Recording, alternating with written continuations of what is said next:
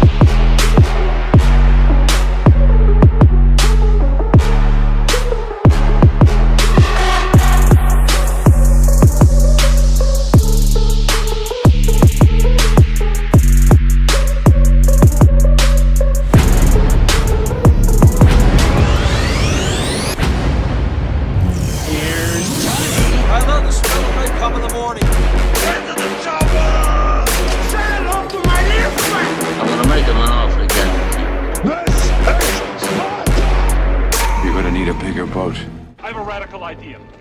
We'll cross the streams. Cross the streams. I love this plan. I'm excited to be a part of it. Let's do it. Who doesn't love that plan? It's a good freaking plan. Hey, y'all. Welcome to another episode of Movie Madness Talk Tuesday. I'm your host, William Davis Moore, and with me right now is the man, the wonder of simplistic reviews, DJ Valentine. They do wonder about me all the time. Like, are you insane? Are you one of those people? Yes. Hey, well, I'm glad to be here.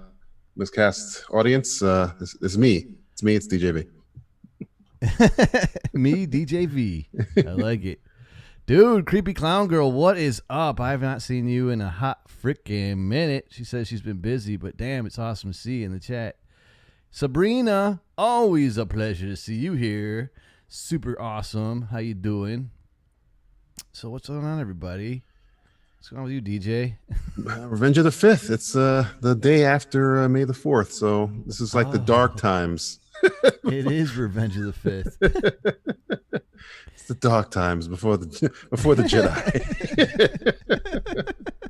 It is, man. It's so crazy. I had fun yesterday, man. I spent it.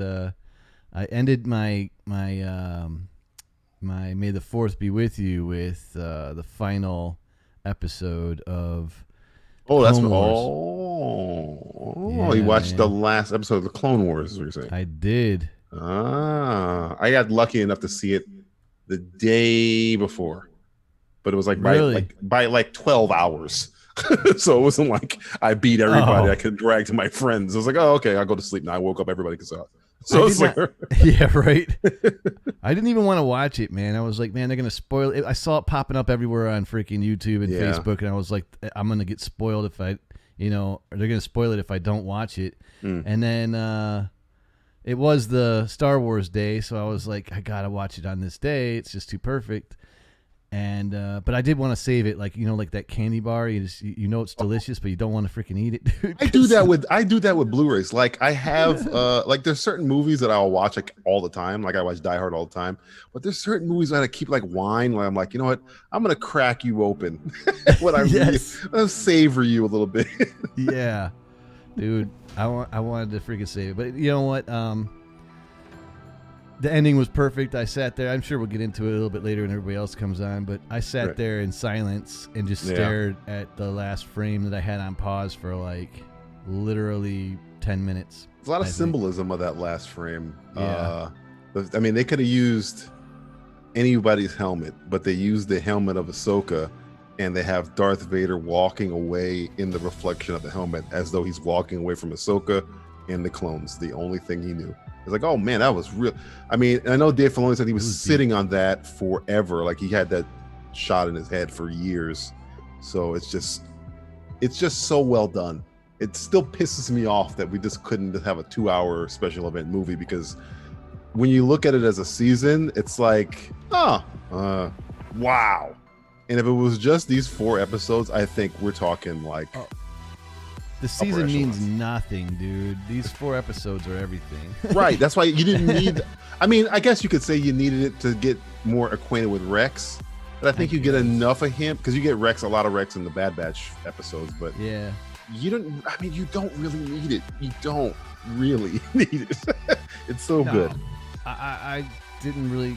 Rex is not my thing. I mean, I love Rex to death. Don't get me wrong, but I was really wanting to just see Anakin and Ahsoka for sure. Well, you gotta watch Rogue. Rogue One. Rebels, where you get to see them. 'Cause after I watched it, I watched the episode where they reunite in Rebels, just to like kind of keep the flow going. I was like, because they don't even show them separating, and I was like, you need to just watch how they reunited. It's like, oh, there's so much more to that. That's one good thing I can say about Dave Filoni. Love or hate the prequels. I'm kind of leaning on the hate the prequels, but he makes them way better than they are. Dude. His work has made the prequels so much better. And I think if you have all these like people who now like super appreciate the prequels, I think a lot of that credit goes to him. Yeah, he made like the Revenge of the Sith something freaking worth revisiting, you know, which no one ever really gives a shit about. Yeah, I hadn't watched that movie. When did it come out? 2011. I'm bad at dates. 2011. I have no idea what dates. I have no idea. 2005, I think, or 4. I think I'd seen it once again, maybe in 2000. I think that's when I saw it. I think it was 2011 is the last time I saw it. So I don't watch the prequels because I'm not that much of a masochist. But I think all of the fleshing out that I wish was in the movies, Clone Wars gives you. Now, oh God, yeah. I can't give credit to the movies because you should have done it in the movies. You messed up. You should have done this, because I mean, there's nothing to Anakin he's a bad blank slate in the prequels, but in the anime series, she's like, oh, this is what the Obi-Wan and New Hope is talking about. He was my friend. Oh, because none of that's in the movies. Absolutely none of it's all in the cartoon show. Yeah. Oh no, the story's way better than even Luke and Leia's story by far, in my opinion. Yeah. Sabrina's like, she's calling you the voice. I'm the voice from the ether. Execute Order 66. That's the voice. She's calling you the voice, and she's wondering where the heck is Wes. And Wes is eating tacos right now. He'll be on in a few minutes. Wes is grubbing up. He's literally eating tacos. He said his woman brought home some tacos and he's gonna be late. Sorry. Oh no, it's all good. It's all good. Did you watch anything since the last time we spoke, movie-wise, other than Star Wars, so that people don't freak out? I had a second, and I actually got through a whole freaking movie, dude, without having to like stop. Wow. And take days to get through it. Folks, I don't know if you know this. If Will can sit through a movie, your movie is at least a 5, because you got Will to sit through it. Yeah, exactly. It was that shit with the mouth breather, Kristen Stewart. Oh, with Charlie's Angels or Underwater? Underwater. Oh, because you're a Cthulhu guy. Okay.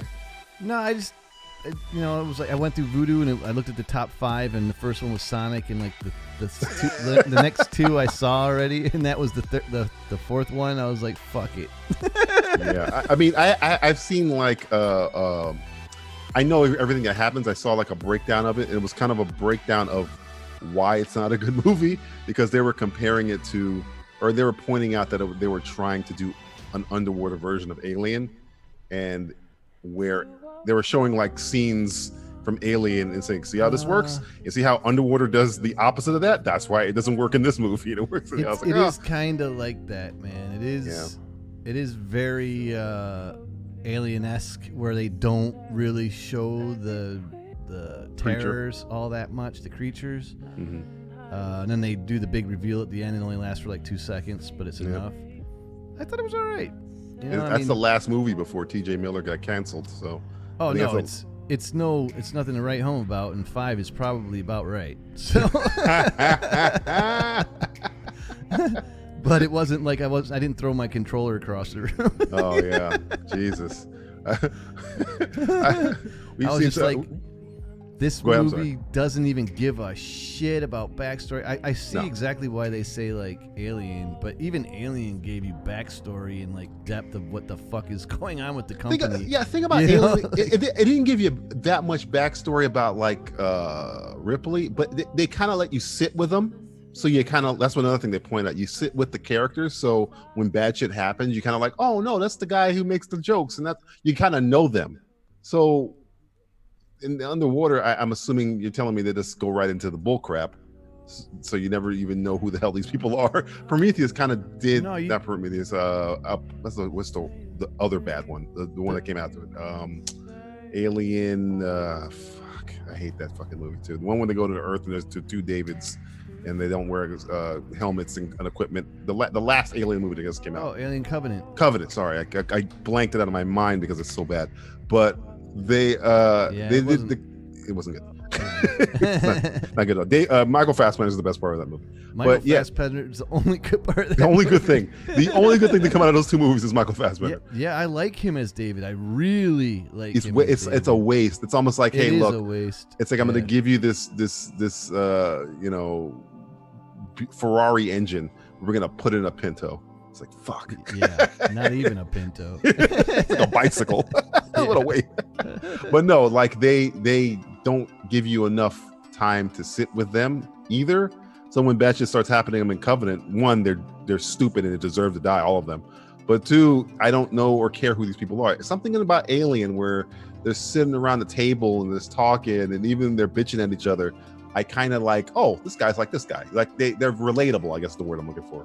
Yeah. I'm not sure if they are in underwater because what I gathered is it kind of starts off with like an action scene or whatnot. So you don't really have any time to give a shit about any of these people. Well, so. It starts off with an action scene, but it doesn't, you don't ever know what they are. You know, all you know is that they work for a company and they're somewhere in the future somewhere. I don't know what fucking date it is at all.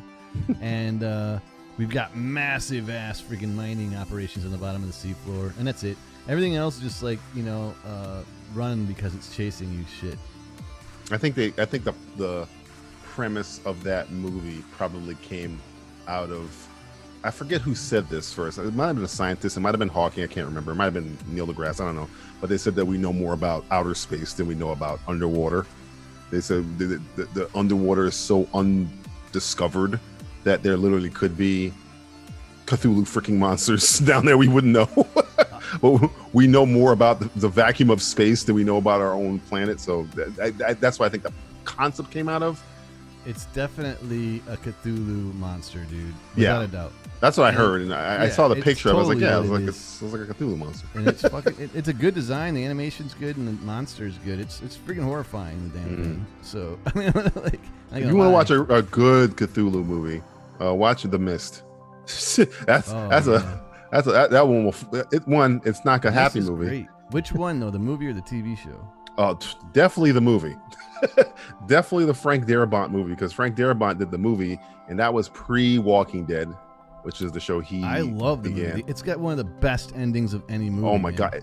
Okay, when William says the best ending, he means it's one of the most unexpected endings of all time. It ain't a happy ending. I'm just gonna spoil this for you. It ain't happy. Yeah. No, I mean best as far as like, I wasn't walking out of that theater skipping. No. I was like, what the fuck? I mean, there was a moment that's one of the few movies where I was just at the end of it, like verbally. And even I'm not the guy that screams in the movie, but it's just like, the fuck? Yeah. It's like, no. It's madness. Dude. It's well done, and it's just like, it's extremely well done, man. that's with what's her name? Melissa. She's the religious zealot in the grocery store. Melissa, I forget. She was nominated for Pollock. I forget the name. Melissa. I know who you're I keep talking wanting to say about. Melissa I don't know Joan her name. Hart, but it's not. It's like Melissa Gay Harden or something like that. Oh yeah, Forget Gay it. Harden maybe. Yeah, she's excellent in that movie. I've got But- Kristen Stewart mouth breathing right up there for you, for everybody. That's Funny, what she 'cause looks she's like a in every good- freaking movie. She was in that. She was in that other movie that came out this year with Anthony Mackie, based on the true story, and she was kind of good in that movie. I forget the name of it. It's like Sloan or kind of one of those one-word titles. But dude, the last thing I saw Anthony Mackie in, we're all over the place. We haven't even started. Sorry, Right. guys. It is Movie Madness, though. I know the title is on the goddamn thumbnails. Altered Carbon season 2, dude, with Anthony. Mackie I was- gave up after season 1. I didn't. dude. Yeah, I was season done 2, after that. It's first season. so good, dude. It's I so can't. good. Can't.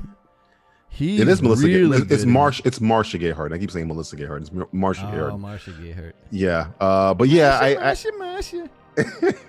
I after the first season with Joel Kinnaman, the guy who literally is like, if the word bland had was a sentient entity and had legs and arms, he's only been good in one thing, which was The Killing on AMC.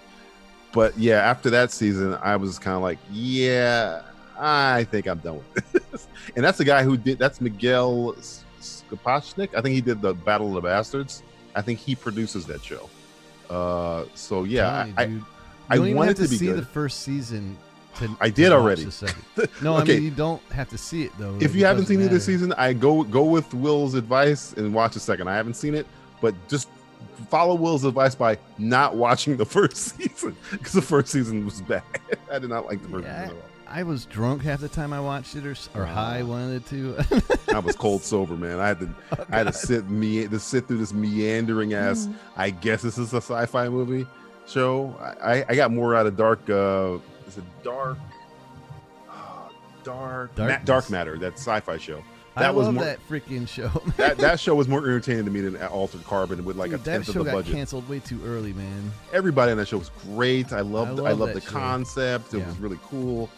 But Altered Carbon gets a season 2. What the fuck? I know. Well, only because Anthony Mackie signed on, dude. Yeah. he's at the height of his career, so.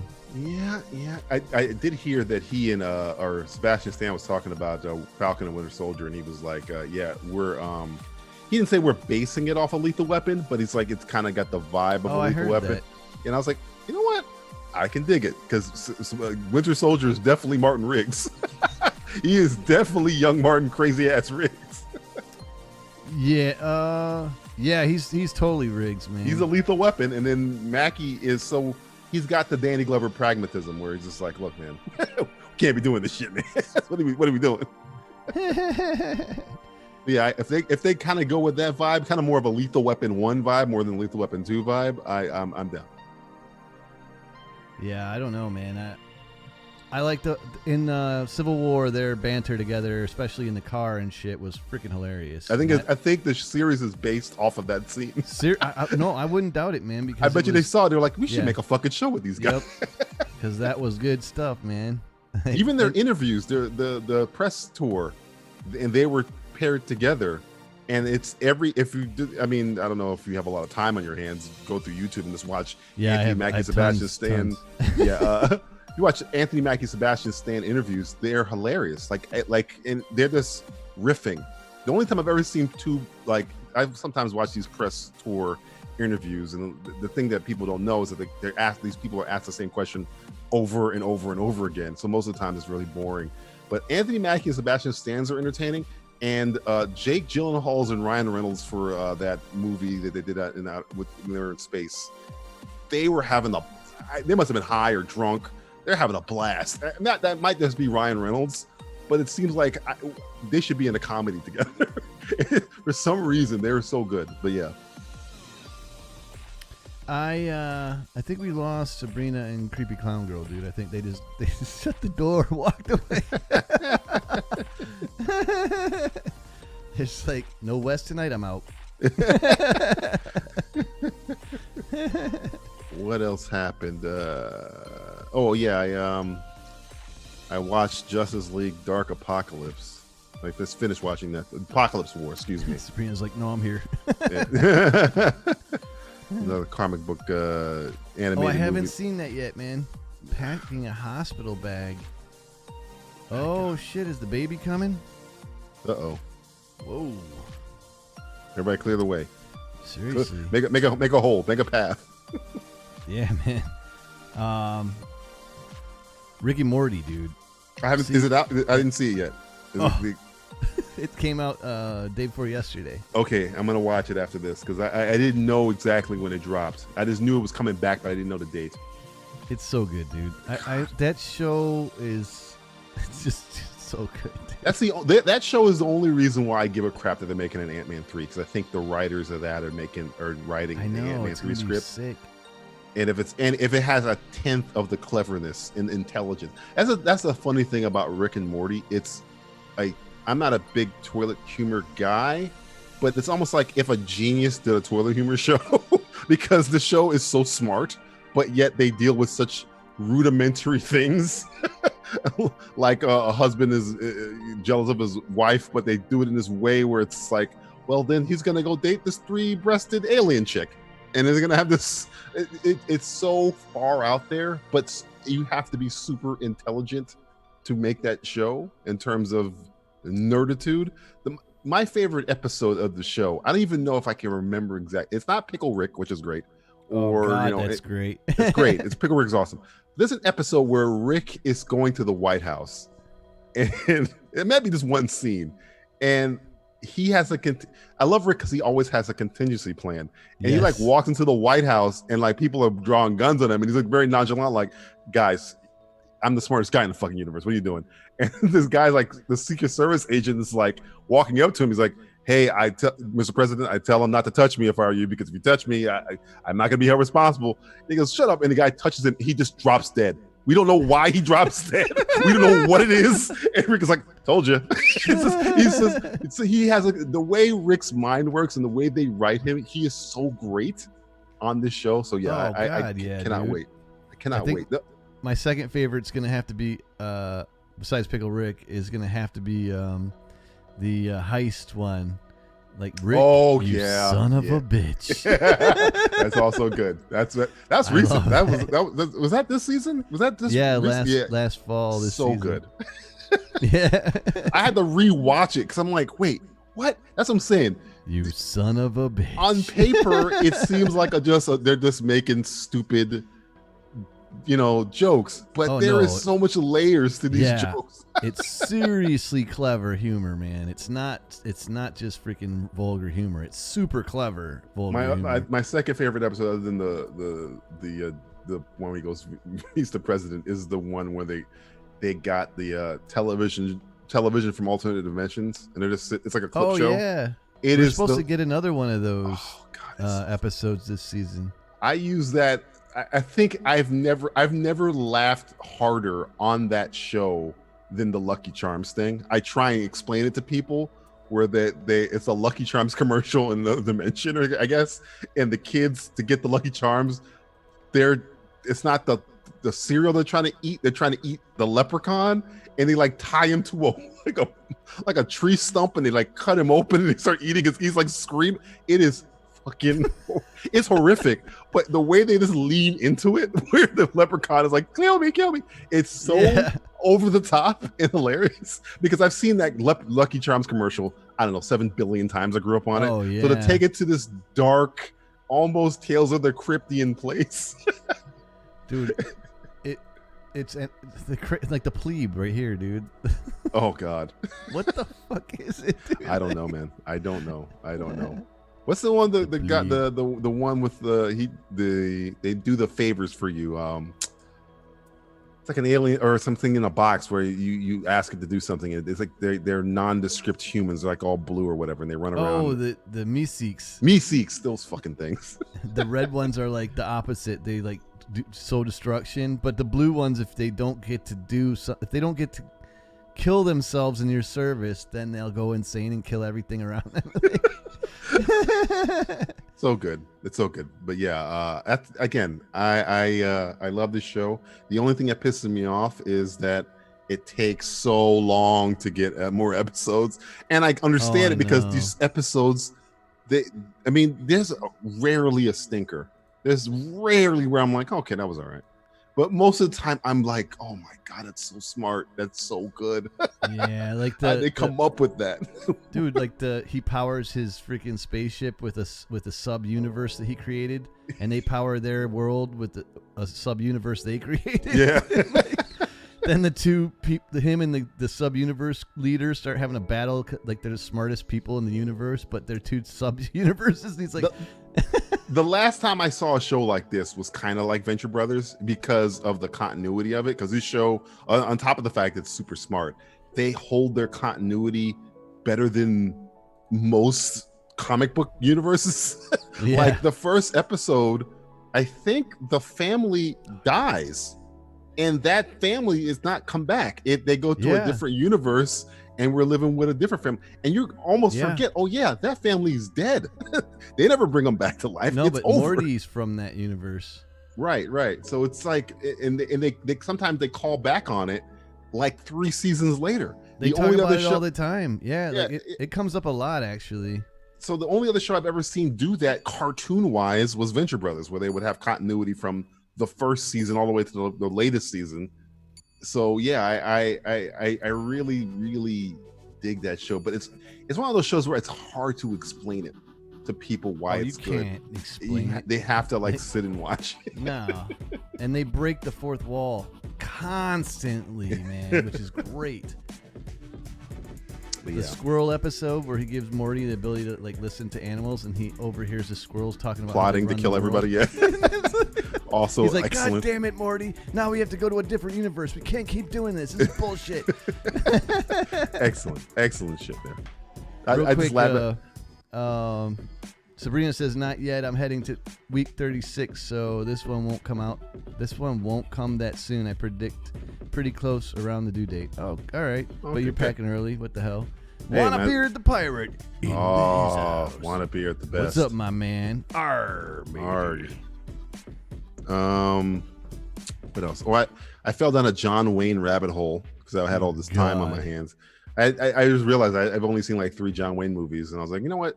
I got Amazon Prime. Let me just see what the big deal is. And I watched 6 John Wayne movies, and I'm like, oh, they're essentially all the same. They're essentially, though I saw one that was really good called with James Stewart, the man who shot Liberty Vance, which is John Wayne as kind of a supporting character, though it's John Wayne, so him supporting is like a starring role. And it has Lee Marvin in it as the bad guy, and in an inconsequential role as Lee Van Cleef. He's there, but he says 3 lines. And I was like, oh shit, his name is Queef. Cleef, the good Angel Eyes from Good, the Bad, the Ugly. If you don't know. But yeah, that one was really good. And I saw McClintock, which I guess is a remake of The Taming of the Shrew, but they would never be able to make this movie now because it, spoiler alert, ends with the whole movie. John Wayne's wife is mean to him, so everybody in the town's like, you know what, McClintock, you need to. My daddy always said if reason doesn't get him, discipline does. And I'm like, whoa, where is this going? And at the end of the movie, it ends with McClintock John Wayne chasing his wife through town, her running for her life as the crowd cheers John Wayne on until he finally grabs her and I've seen that. And I know spanks exactly her. what you're talking about. Yeah. What? He beats the shit out of her. I'm like, wait. Yeah. That's a happy end. And then it cuts to later, and it's a silhouette of him and his wife in the house. And he's like, you're not gonna yell anymore? Nope. You're not gonna do this anymore? Nope. 37 times. And it's I'm like, this is a happy ending. Yeah, because husbands used to spank their wives back then. I mean, he didn't use it. Not that this matters, but he didn't use his hand either. He used a shovel that you used to put fucking He beat the shit out of her, dude. It's like from a fireplace or some Yeah. shit. And I'm like, what the fuck is going on? Dude, and there's a scene before that with this guy who's trying to court his own daughter. Yeah, that's the weird ass part of it, dude. Where he watches Yeah. as he spanks his daughter. I'm like, what is this movie? Like, not only is he beating the shit out of her, but that's his goddamn That's daughter. his kid. And the wife comes down and says, like, you let this man beat up your own daughter? He's like, yeah, well, sometimes she had to learn. I'm like, wait, that's what? What is going on? So you can never do McClintock. I guess that came out, 1950s, 1960s? I'm not sure. Probably 40s or It's old. It's older. It's older John Wayne. He's probably in his 50s at the time. So it's, but man, I'm watching the last 30 minutes of the movie like, What's the name of the movie? McClintock. Good luck spelling. Has an exclamation point in the title. But yeah, it is. The last 20 minutes are rough. I'm reading like up on it. And I'm like, how did this get made? I understand why it got made. And the actress said, yeah, I had bruises on my butt for a week after that. So he was really hitting me. I'm like, what? It's not even coming up. The Me Too movement has gotten deleted from Bing. Hey, freaking Greg is in the freaking chat. Ooga booga, he says. Ooga booga. Lana Beard's very good. Sabrina. McClintock, MCL, MC. Oh, MC capital, yeah. That is a movie I was caught off guard, man. Caught off guard. I watched the Peacemaker on Netflix recently, and that also has some issues to it with not with beatings, more like a lot of mansplaining in that movie where they treat Nicole Kidman like a fucking idiot. Like, oh, shut up, she's just a woman, and like there's no like oh, he's just over it. No, that's the hero of the movie. It's like, wait, and this movie came out in like the 2000s or the like late 90s. So yeah, he beats her ass. Hey, Mike, what's going on, brother? How you doing? Mike and Greg. Greg, you popping on tonight, or are you gonna chill? You freaking hoser. JJ's having a freaking political connection. Why does he have what He's happened? on a in rant politics? about Netflix and liberals and cucks or some shit. I don't know. Oh yeah. The is it the China thing? Is it the China thing you're talking about? Another conspiracy theory for the records. I can't. My brain's too full of like too crazy shit. I don't need to be adding it. Like now we're gonna have like what is it? Those murder hornets? They're coming to get you, dude. Oh yeah. Somebody posted a video of it killing a mouse. And I mean, there's nightmare fuel and there's nightmare fuel. That mouse, I could just feel it screaming. I had it on mute. Dude. I'm like, oh God, this bee was unrelenting. Yeah, dude, they're fucking sick, man. They sit outside of bees' nests and just pop the heads off bees coming out in like microseconds. It's crazy. There's like mad piles of bee heads underneath the entrance. We're all gonna die. They're like 2 inches long too. They're massive. But, they had the same thing when killer bees came to the United States. Remember in the 80s? I do. You're I all going do. to die from killer bees. Like, Yeah, but these killer bees weren't the size of your hand. yeah, right. That's the difference. These fucking murder hornets, by the way, are like the video where it's killing the mouse. It's the size of the mouse. So it's like, it wasn't like stinging the mouse. It was stabbing it. It's like, it was stabbing the shit out of it, and they're huge, but they're big enough where you can shoot them with your gun. You don't even probably, need, yeah. bug But spray. you can shoot a couple of them with your gun. You I don't just, know like, if you're take gonna them out. Like, come at when me, a bro. swarm comes at your ass. I don't think you have enough bullets. Can you imagine something touches your arm and you look over and that thing is fucking on your arm, dude? Oh You're my like, God. oh, They shit. they kill you, don't they? If enough of them sting you, you die. Well, they got enough. If you're venom, allergic to a fucking bee sting, you'll probably blow up. You'll probably be like, you just fist of the explode. North Star. You just explode. Here's that beating at the end. Let's see Yeah, if this I is can- this is the climax of the movie, by the way. See if I can play it. I'm gonna pause it and play it so I don't Mute it because it's get hosed again. Like, But just so you know, the people around the scene, they're not like trying to stop John Wayne. They're rooting him on as he's manhandling his wife. yeah, that man. he's separated from, by the way. He just beats the shit out of her. He's like, gives her a fucking spanking. Like, he's like, bitch. He's like, bitch, I didn't get my fucking sandwich. Oh my! I mean, good God! If you can, and they're like, "Oh, it's a remake of The Taming of the Shrew." See, there's this daughter over there who's also rooting this on for some reason. That's the guy who beat up his daughter, who's now. Look at the kids though. They're like eating candy. They're like everybody's smiling. Like that's the fucking sadistic town, dude. Yeah, and then the one that he allowed to beat his daughter, he hands him the shovel that he beat his daughter with. He goes, "Thanks," and he starts beating his wife with it. I'm like, "What? This is the end of the movie. There's no like, he's the hero." He's but the McClintock. whole town is like, even the kids, the wives, the men, they're all like giddy as fuck. See that old guy looks like Mario from the Mario Brothers? He's the one that said, "Yeah, my dad used to say if words don't do it, discipline does."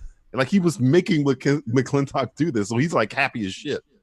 He gives him a shovel. He's laying into her, dude. I mean, what the fuck is going on here?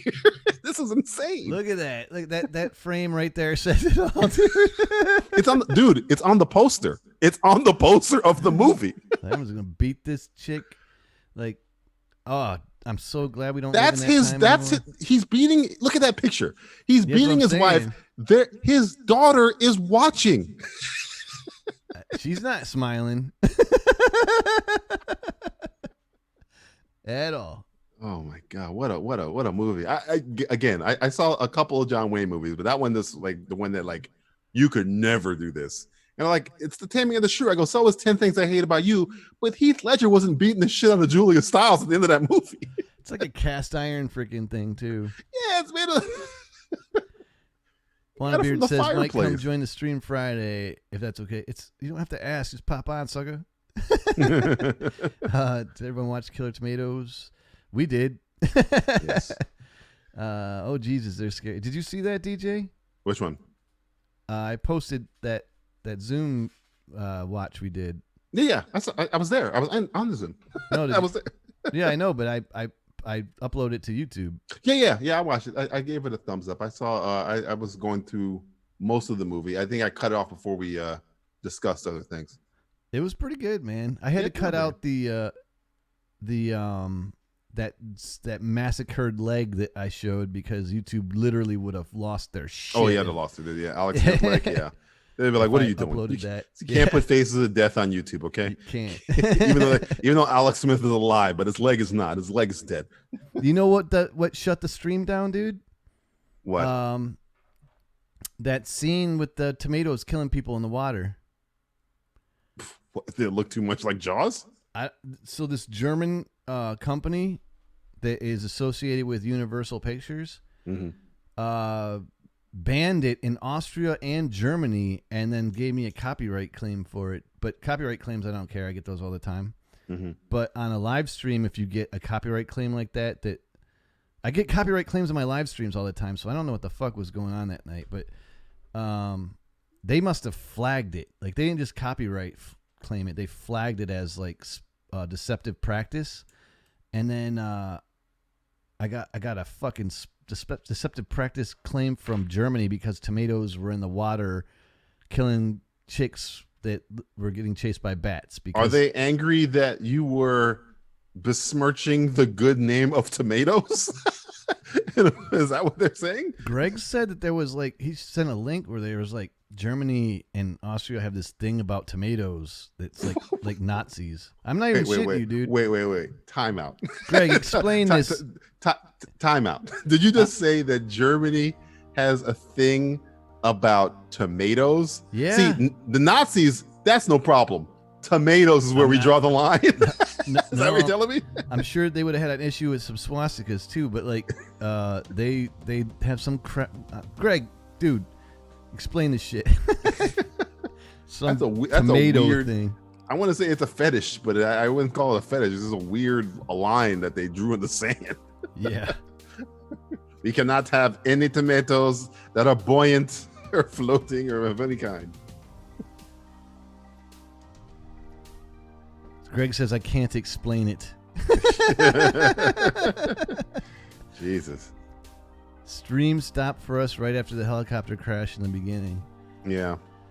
Yeah, it's weird, man. I posted the entire movie, the same thing that we were doing, the same exact thing, dude. And the only copyright claim I got on the entire... And I played Star Wars shit at the end. I played tons of shit that night. And the only copyright claim I got in the entire upload was for that 2 minutes of tomatoes in the water. 17 minutes into the movie. Weird, man. It's weird. It's not weird. It's insane. So, like, YouTube needs to get people watching this shit because the bots are fucking nuts. Again, there's nobody there. Yeah, I know there's nobody there. Oh, man. Yeah, there's supposed to be a Mortal Kombat announcement today. Is it today? Mortal Kombat. For Mortal Kombat 11? I don't know. I guess I like when they upload these new characters because that game lives on because of its... you get Spawn, you get Jason Voorhees, you get all types of crazy people in that game. Nice. So yeah, I saw I don't want to spoil this Apocalypse Justice League Dark, whatever the hell it is. Look at this shit, dude. Here's the freaking murder hornets killing fucking bees. So the bees come out of the freaking thing, and then the murder hornets just like immediately chop their heads off. See, Germany doesn't have a problem with this. Nope. They don't have a problem with murder bees, but buoyant tomatoes they have a problem with. Look at this in slow motion, man. They're hacking off these heads like it ain't no thing. Chop, gone. Is this Asia or is this down the street? Because if this is down the street, I got to get the fuck out of It's here. Asia. Okay. But then there's like a pile of like decapitated bee heads. Look at that. No, this is oh no. Where's the pile? Oh, here it is. It's like all the heads flying out. Look at that. Just headless. Chop it, chop. Get it done. Yeah, I don't know. There's no inoculation for that. They'll probably figure out. They'll probably say, oh, you know, they're good for the environment or whatever, or some crap. But You know what I'm gonna do if I have a problem with bees? I'm just gonna go get a bunch of murder hornets. And what do you do when you have a problem with murder hornets? You can't get anything to take them out. I'm gonna hook up with some murder hornets, and I'm gonna train them to attack mine enemies. Mine enemies.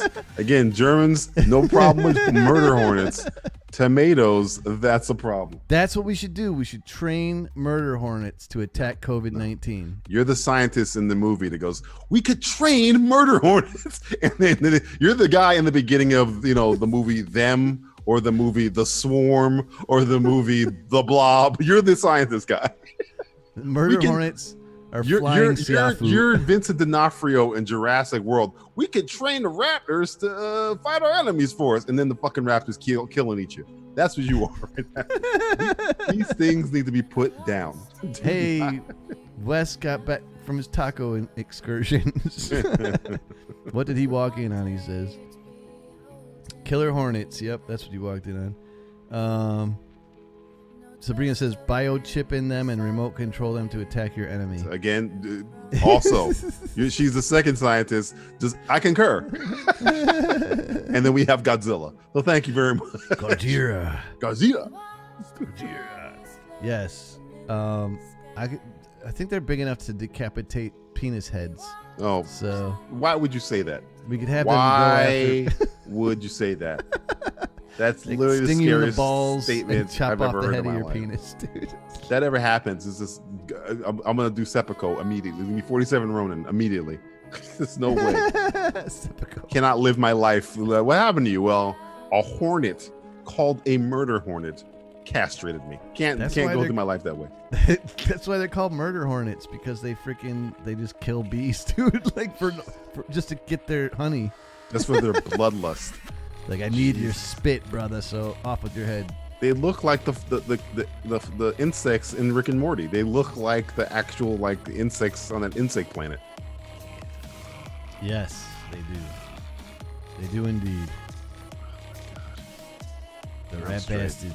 Yeah, I agree with Michael. I don't want anything to do with a Mike's hornet like anywhere down. It's sting me in the eyes. I'd rather that than you go down to down there. That's an automatic suicide. Automatic. Not making it out alive. So Wes says, so the taco thing turned into quite the predicament. Fiance stopped at a place and the line was insane. So she left phone lines to other place, doesn't work. Ordered from another place and have to leave to pick it up in 10 minutes. It's been an ordeal.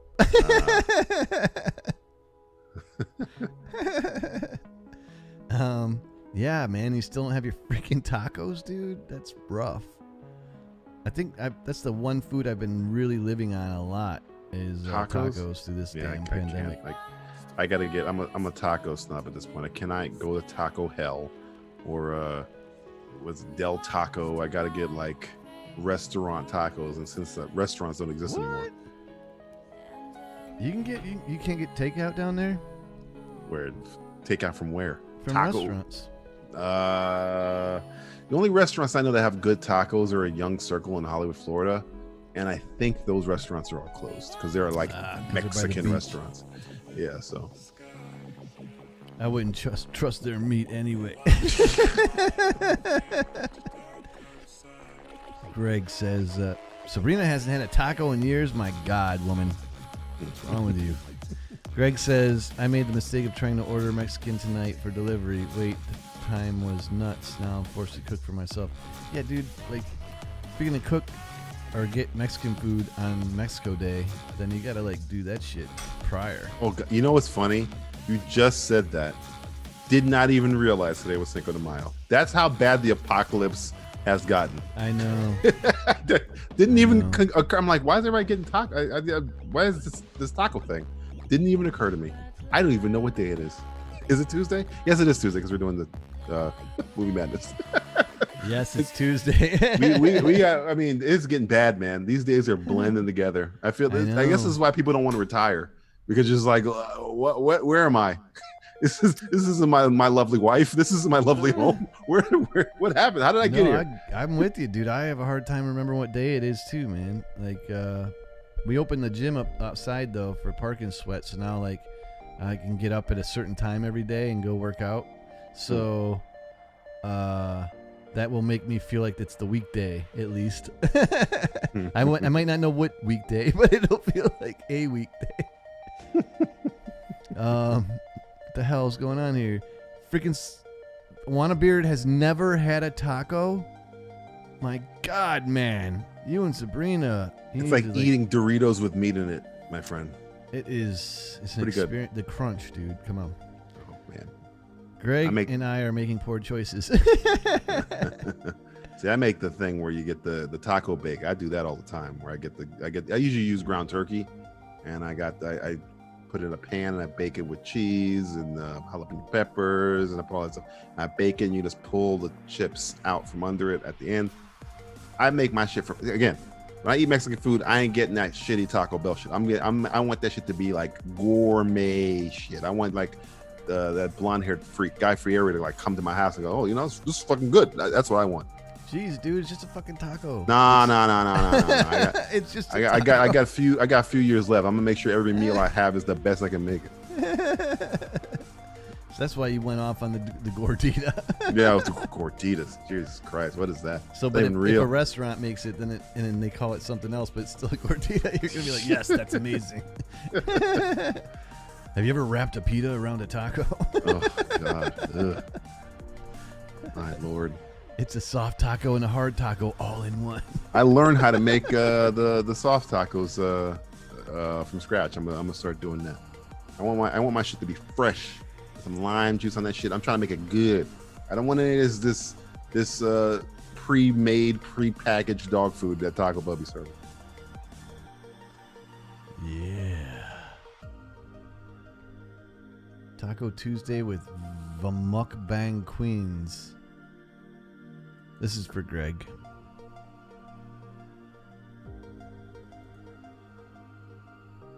Dude, look at all those tacos. It's a lot of tacos. I don't get this, man. Do they do this just for my amusement? I guess. I don't like watching people eat. The craziest fetishes are on YouTube, dude. Like, and they're seriously popular. This shit, ASMR, man. Like, I met a girl at my job. The job I had. She used to do ASMR, and she videos. She had like she's from South America. She had a shitload of followers, and I like watched one of the videos. And it's literally her like talking quietly. That was like explaining like something, like reading out of like a phone book or some shit. But she has like this voice where it's like it's very pleasing. It was almost like the Bob Ross shit, and it's like she had like 100,000 views. I was like, dear God, what the fuck? I guess people Dear really God, need their woman. sleep, man. Yeah, man. Look, she put some sauce on that. Now she's gonna shove that in her face.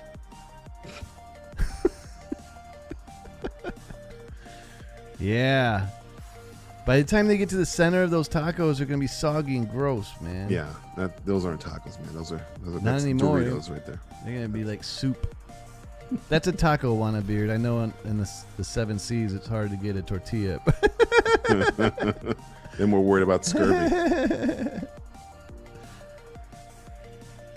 Go get a taco package. What the hell's that? I really want a carpaccio sandwich. Ooh, yeah, man. They're making a Bright 2, by the way. I heard. And it's directed, I guess, what's his name? Well, that got greenlit before the other one came out, man. Yeah, so. Max Landis, who wrote the first one, he's canceled at this point. So they got the director of, they have Incredible Hulk here, Louis Leterrier. He did the first Transporter. But they're really bearing the lead. Louis Leterrier is in good graces of DJ Valentine because he made a little series called Dark Crystal on Netflix, which is fucking amazing. A little series. Yeah, a little series that, I mean, if you haven't seen it yet and you like the original Dark Crystal movie, this is kind of like if you took that movie and you gave it like to a god. You made we're just talking about how Clone Wars fleshed out the prequels. That Dark Crystal, I guess it's also a prequel series, fleshes out the movie completely. It's fucking awesome. And he doesn't get any credit for it. It was like his idea and shit, like to make it all puppets because they wanted to make it all digital and shit. He was like, no, we're gonna do it just way, like dude. Yeah. I think the only thing digital is the eye blinking is the only thing that's digital in the whole fucking thing, but everything else is puppets. Yeah, dude. I mean, there's a limit to practical, but I love practical. Like, I think that's what makes Baby Yoda so freaking awesome. Yeah. Like, you can tell that that's a damn puppet, but I like that you can tell it's a puppet. You know? I like that Werner Herzog was like, yeah, we've got to use the puppets. Like he wanted to do more shit with the puppet. And this makes me funny that this crazy is he German? I don't know what he is. He just looks like every bad guy you've ever seen in a movie. He's dude, like, he has an unplaceable accent. Come on. Well, that's no what one can place his accent. His accent is what Hugo Weaving used for Red Skull. He said, I based it on Werner Herzog. Oh, really? Yeah. So Werner Herzog, his accent is so creepy that Hugo Weaving thought it'd be perfect for the Red Skull. Yeah, it's weird. But it's just funny that guy is just like, we've got to use the puppet. We've got to use it. We've got to lean into the puppetry. He's great though, man. I mean, I think he's probably one of the main reasons that sold that show, because he's that one that says in the first commercial for The Mandalorian is like, bounty hunting is a difficult profession. Don't you agree? So everybody remembers that like one line of the trailer. It's like, hey, I want to watch this shit now. Here comes Greg with the freaking facts. What does it say? He says he's German. He is German. Okay, good. I didn't know. I assumed he was German. I thought maybe he's like Austrian or Belgian or some shit like that. But his accent is just like amazing. He's like one of the best things with Jack Reacher. He's the bad guy in Jack Reacher, and I think his name is the Survivor or some shit. He's like survived some Russian war camp or some shit. He has like 3 scenes in the movie. He's a bad guy. He doesn't do anything. He's just being in that movie. Dude, I don't know. That guy's strange. He doesn't sound like a German to me. He sounds like he crawled out of a freaking hole, and that's where they talk under the rock. You know? It's like, I know, yes. I'm telling you, Favreau and Filoni was like, he'd be perfect for an Imperial. He'd be perfect. They're Nazis anyway. Dirty old Imperial. Get somebody who sounds like he was in the Third Reich and have him be this guy. Sabrina's like, no, that sounded like German. Yes. Do you have the papers? Yes. Yeah, but from what I remember, Bright, I did not like this movie, so I don't know if they're gonna make it I worse. loved the concept. Oh, and I the was concept, yeah. Thoroughly disappointed with the execution. Yeah, not that creative. It's essentially ripping off. I don't know if you remember Alien Nation. Yes. Back in, it's essentially instead of aliens, it's fantasy creatures. Oh yeah, it was totally Alien Nation. Or But it was there's another show. God damn it! There's another show that does that entire thing with the elves and men, and they're all living together. Shits. Oh, isn't that Orlando Bloom show with Carrie Delevingne or whatever? Yes, Carnival Row. That's it. There you go. Yeah. I never saw it, but I saw like the commercial for it, and I was like, oh yeah, it's like a. No, that was actually pretty good, man. I dug it. Is that on? That's not on Prime, is it? What the hell is It's that on Prime, yeah. It is on Prime. Okay, Yep. maybe I mean I'm through all my John Wayne misogyny. Maybe I can throw out one of those. Yeah, I dug that shit, man. Oh, by the way, we're talking Thanks, about Sabrina. we're talking about McClintock with the some misogyny. Yesterday, I saw the last John Wayne movie I saw was Hondo. I don't know if you've ever seen Hondo, but I'm going to spoil a lot of it for you. Hondo is a how would you describe? Oh, this? John Wayne playing a samurai? No, that's different. No, he's an American. Does he he's play a samurai, or am I thinking of like he plays Sean like an Connery or Indian in something. He also plays. He's part Indian in Hondo, but he looks like an American cowboy or whatever. But he's like a scout, and he let's see if I can find a picture here. Of what, Hondo?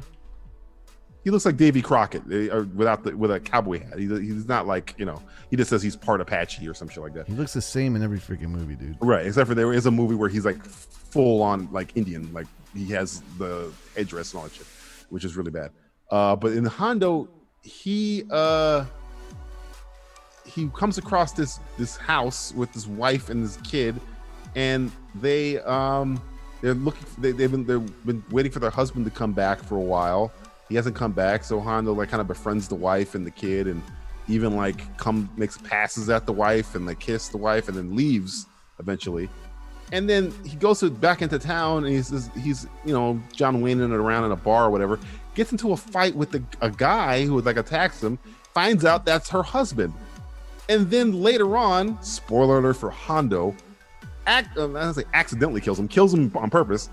Because the guy pulls a gun on Hondo. Hondo kills him, then goes back, tells the wife, and she's cool with it. And I'm like, what? What are you talking? What are you talking about? He's like, he's like, maybe I should tell the son that he gave me no choice. I had to kill him. I'll tell the son. She's like, no. My husband was a liar and a cheat, and I'd rather my son just not live with the knowledge that he died by Native Americans than you shot him. And that's the end of the movie. I'm like, what? Well, how are they getting away with it? These John Wayne movies are like I was using them as a thought experiment. I was like, okay, Liberty Valance was like really well done. Like, let me see if and they're all like, wait, John Wayne is apparently just you can't do anything wrong. He can't do it. He literally murders before he even murders this woman's husband. He knows she's married, comes onto her, steals her horse, murders her husband. She's cool with it. She lives happily ever after with him. I'm like, what the fuck was that? That's how it goes, and then he beat her with a shovel. That's McClintock. You got to get your John Wayne massage. No. That he came out of the whole thing with the shovel. That's what happened, dude. Oh my god. So, there you go, Ganna. Welcome, by the way. What's up, Ganna? I threw up that unicorn for you. I told her on Sabrina's birthday she was drawing a centaur, right, with a unicorn horn or something. Mm-hmm. So I was like, and Ganna was like, "What the heck should I draw next?" And I was like, "Why don't you draw like a horse with like a human body, Oh my god. like the opposite?" She says she needs to make a Will unicorn. John Wayne, Greg says John Wayne was pissed about Brando sending the Native American woman to the Oscars in his place. Oh, really? Really? Wow.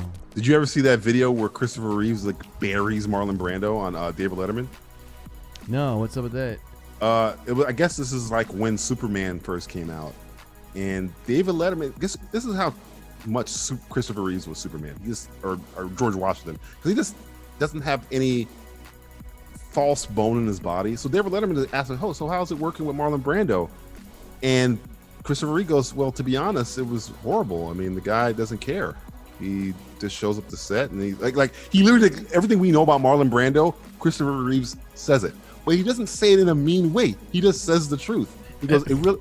He's like, it sucks for me. I'm a young actor. You know, this guy could be a beacon for all young actors in Hollywood. He's completely checked out. He just does everything for a paycheck." On Letterman, the day before the movie comes out. And I'm like, wow, you would never see this in today. But you can find it. I mean, the thing about it that's caught me off guard is that he's not being mean when he says it. He's literally just, he almost feels like regretful about it. And then David Letterman is kind of like, oh, well, he can't even like, he makes a joke, Letterman makes a joke about it, but he kind of understands where Christopher Reeves is coming from, because everything Christopher Reeves says is true. We all know Marlon Brando didn't give a shit when Superman came out. And Apocalypse Now, they changed the whole script because Marlon Brando wouldn't show up or read the script or do anything. It is fantastic. It is, man. Yeah, listen to this. It's so anything earnest. Interesting come of that relationship? Like, there's not meanness to it. I must say, I don't say this to be vicious, but I don't worship at the altar of Marlon Brando, because I feel that he's copped out in a certain way. He's no Hold on a second. I can keep pausing it because I'm not getting that straight. Longer in the leadership position that he could be. He could really be inspiring a whole generation of actors, and by continuing to work. But what happened is the press loved him, whether he was good, bad, or indifferent, where people thought he was this sort of. But imagine this is like no matter what he did. Robert Downey Jr. So he doesn't care about, anymore, and I just think it would be sad to be. Imagine this is like Robert Downey Jr. talking about like Josh Brolin before Infinity War came out. This would never happen today. This would never happen. Wow, dude, he quite literally said the dude doesn't give a fuck. He doesn't care. But if you listen to how he's saying it, he's not, one, saying a lie. Oh, no, he's like sad about it. He's like, this is bullshit. Like, and it's truthful.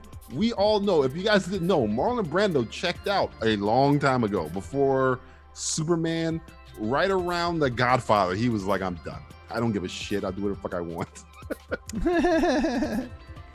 Dude, I don't know. That decorum is gone. And then I think David Letterman tries to like scare him, like, "Oh, here he is, right here, Chris." But I guess they don't realize Christopher Reeves wasn't like one, a coward, two, he wasn't a small guy. Christopher Reeves played Superman because he's like big as fuck or something. Yeah, he's huge. Tall. He's like a fucking giant. Yeah. Marlon Brando will come out there. Christopher Reeves will beat the shit out of him. What the fuck is Marlon Brando gonna do to Christopher Reeves? Dude, it sucks balls that he fucking broke his neck like that. Yeah, man. He literally is like the like. I've seen other interviews with him where he's like, you know, that guy's Superman. He just exudes Superman. But for some reason, this, to me, the fact that there is no, one, fear in what he's saying, two, lie in what he's saying, and three, there's almost like you're saying, sad. He's like sad about it. Like, man, this guy could be great, and he's because he's a real thespian, dude. He comes from old school. He's super preppy, man. He comes from like, you know, Ivy League. Right. And you know, Ivy League style theater, and which is why he broke his neck playing polo of all goddamn sports. yeah, it's true. So he's like Juilliard thinking about it. He's like, I think about the craft, and I don't understand why this guy comes in and doesn't think about the craft, you know, and he should be explaining to young actors the craft, and you know. To him, it doesn't make sense, but to Brando's like, I never gave a shit about the craft in the begin with. Yeah, he didn't give a fuck. Have you seen my movies? Did you see the movie I just made where I shoved butter up some chick's ass in Paris? But I mean, like, Christopher Reeves is like correct when he's like, this guy. It's not like Brando is a hack. He's a fantastic actor who doesn't care. That's the thing I think that saddens him the most. Is like Christopher Reeves probably at one point respected the shit out of him, probably still does or did. And it's just like, wow, this guy's got all the tools. He's the NBA athlete that can't get shit. He's T.O. It's like he just can't get over himself and be like, use the talents that God gave him to be great. He just keeps fucking his own self up. I think Christopher Reeves points it out here, And I was just caught off guard by like you would never see anybody do this. Have you today. seen those interviews with Brando? He is insane. Like he's insane. not there like at all. But not just with the acting. he is a great actor. He's just not present. Would be the nicest way I can put it. Yeah. I mean, watch the making of Apocalypse Now, which I mean, the making of Apocalypse Now is probably more interesting than the fucking movie. Even then, the movie's amazing, but the making of Apocalypse Now is like, goddamn, it's a movie unto itself. I know everybody was insane. Like, Everybody, I mean, Martin Sheen almost died. He had a heart attack in the middle of filming the scene that they kept in the fucking movie. I know, but that's great because he went for it, dude. I mean, you have a heart attack acting, dude. Like they filmed like half the movie with Harvey Keitel, and they kicked him out because Francis Ford Coppola was like, "Nah, this is not working. I got to get somebody else in here." And really, is that true? Like, yeah, Harvey Keitel was the Martin Sheen character. No shit. Oh yeah. And they filmed scenes with him, and then like midway through, Coppola was like, "It's like he doesn't." And the thing about it is, Coppola didn't want him because he said something about it wasn't working, and he went to Martin Sheen, and Martin Sheen's like, "Why do you want me? I'm an actor. I'm a Giuliani kind of actor." Harvey Keitel was a Marine. You're telling me you're replacing the actual military guy in the military movie with some actor? So Martin Sheen didn't even want to fucking do it, and they had to fucking convince him. Anyway, near the end of the movie, they didn't have an end of the movie.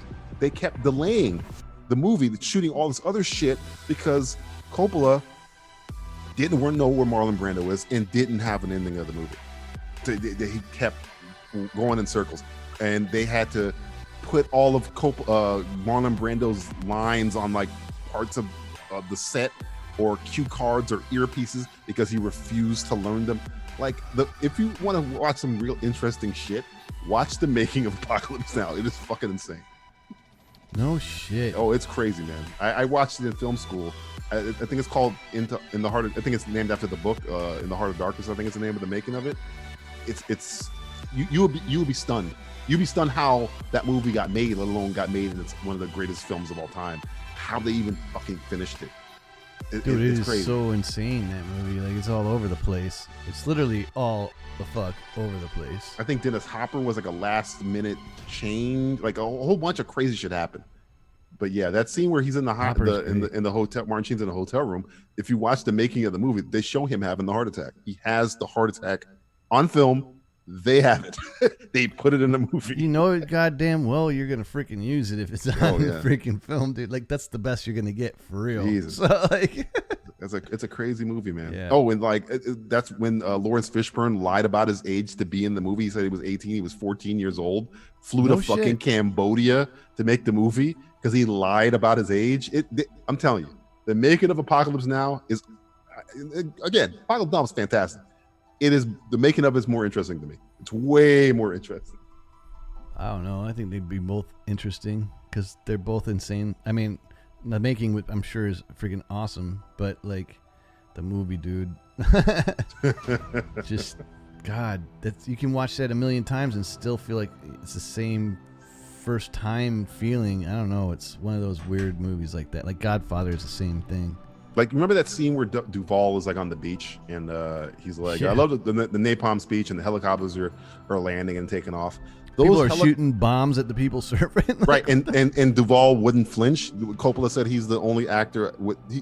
He said Robert Duvall has the most focus of any actor I've ever worked with because bombs are going off and he would not flinch at all. Fucking people are ducking in the scene. Yeah, those helicopters that are landing and taking off, those are owned by the Cambodian military.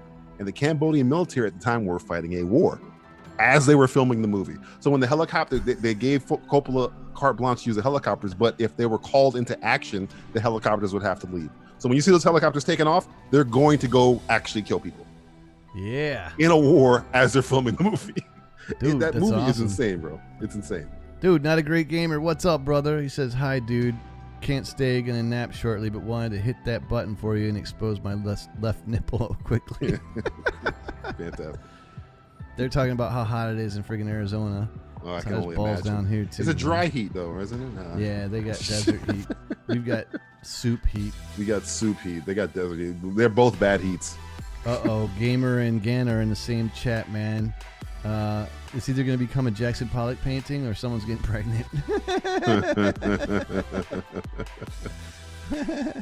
Greg sends me a link of a TMZ thing that says that Christopher Reeves was a piece of shit. But this is played by the guy who played Non, who was a piece of shit. So I don't know. Can I trust him? I don't know. I can't freaking pull up those links in the chat. Like, if I click on them, they take my chat over and I can never get back. So I'm reopening the chat.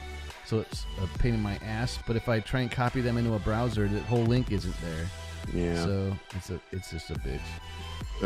I'm trying to read what he says here. I'm trying to get to what it is. I have a feeling is that, like you were saying, Christopher Reeves is super like professional actor guy, and like the guy who played Non was probably like, you know, Hollywood actor guy. So I'm just gonna be there's two different types. There's a Keitel and then there's a Laurence Olivier. You know what I'm saying? I think this guy's more of a Keitel. They're both great actors. It's just, you know, two different upbringing. Oh, Sabrina is taking off. Good night, Sabrina. Always a pleasure. Much love. Get some rest for the two of you. And we will see you soon, hopefully. Christopher Reeves was method. Be safe. That was the problem he had. He said he was like a child. He wanted to be Superman and Clark Kent all the time. He was a method actor. He was essentially Daniel Day-Lewis on the set of Superman, and the guy didn't like it. Oh, God. He was a method actor? Yeah. So was Joaquin Phoenix. So it's all these fucking great actors are fucking method actors because they're fucking insane. Method actors are always insane. Yeah, like, they're always nuts. In my opinion, they're fucking nuts. Like they're nuts. Like, name one method actor that's not freaking. I mean, Daniel Day-Lewis, he does crazy shit, but like when I hear interviews with him, he seems kind of like a calm guy. He's like Joaquin Phoenix, you know, he's a crazy person. Like he went through some shit. Lewis just stays the fuck away from cameras when he's off set. Yeah, well, he knows he's insane. Again, I've seen interviews with him. Not like during award season. He seems like he's acting. He seems calm. He seems like he's not compared to like when you see Joaquin Phoenix in interviews. Which Joaquin Phoenix?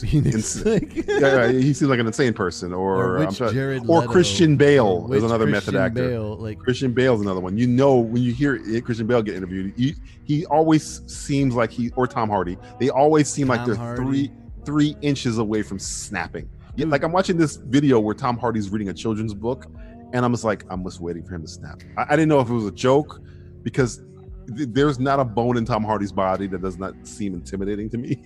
Or he doesn't. And he's really short too, which is strange. But he's a crazy person. Yeah, he used to attack Shia LaBeouf. Said another method actor.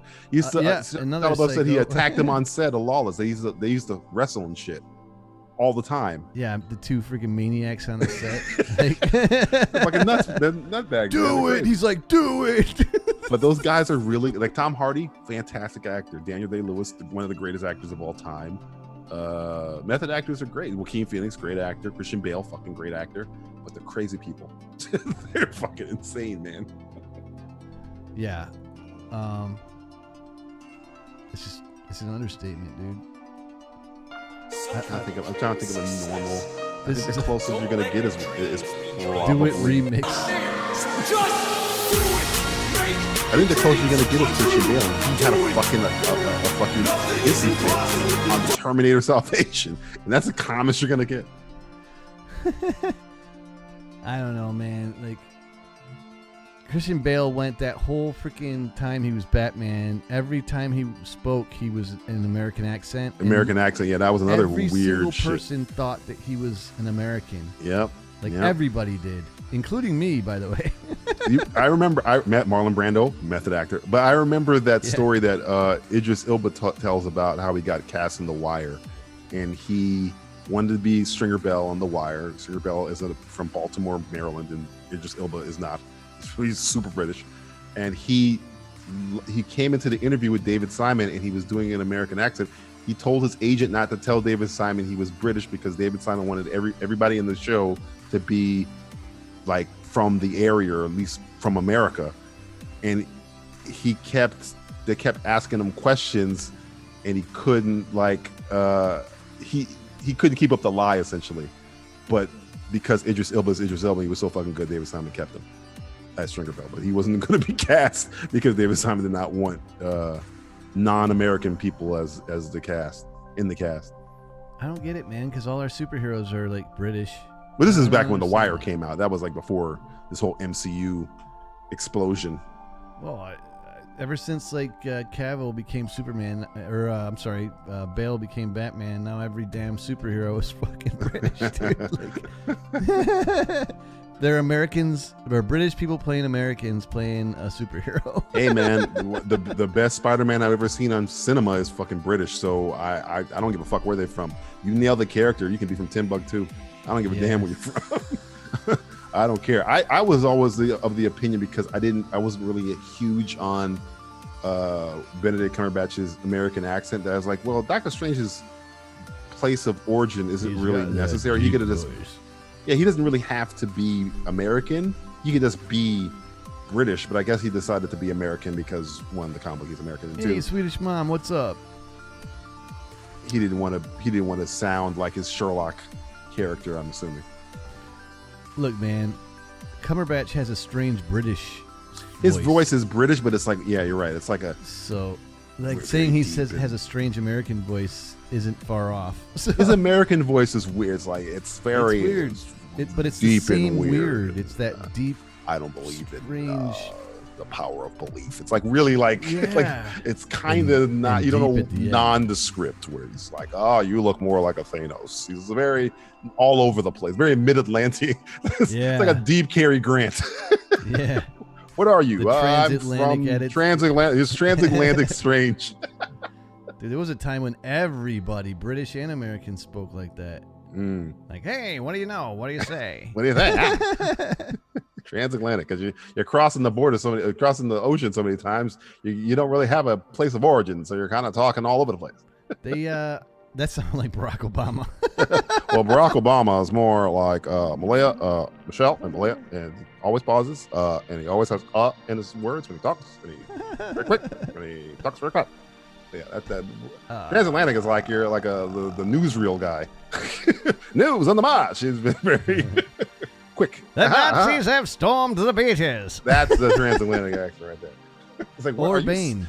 I will break you. Bane is a gypsy. He's like a pikey, if you will. He's very. I will break you. You are the bat. You think? Do you feel in charge? She's very, very, Yeah.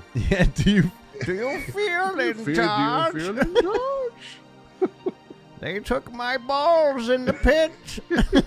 Lovely singing voice.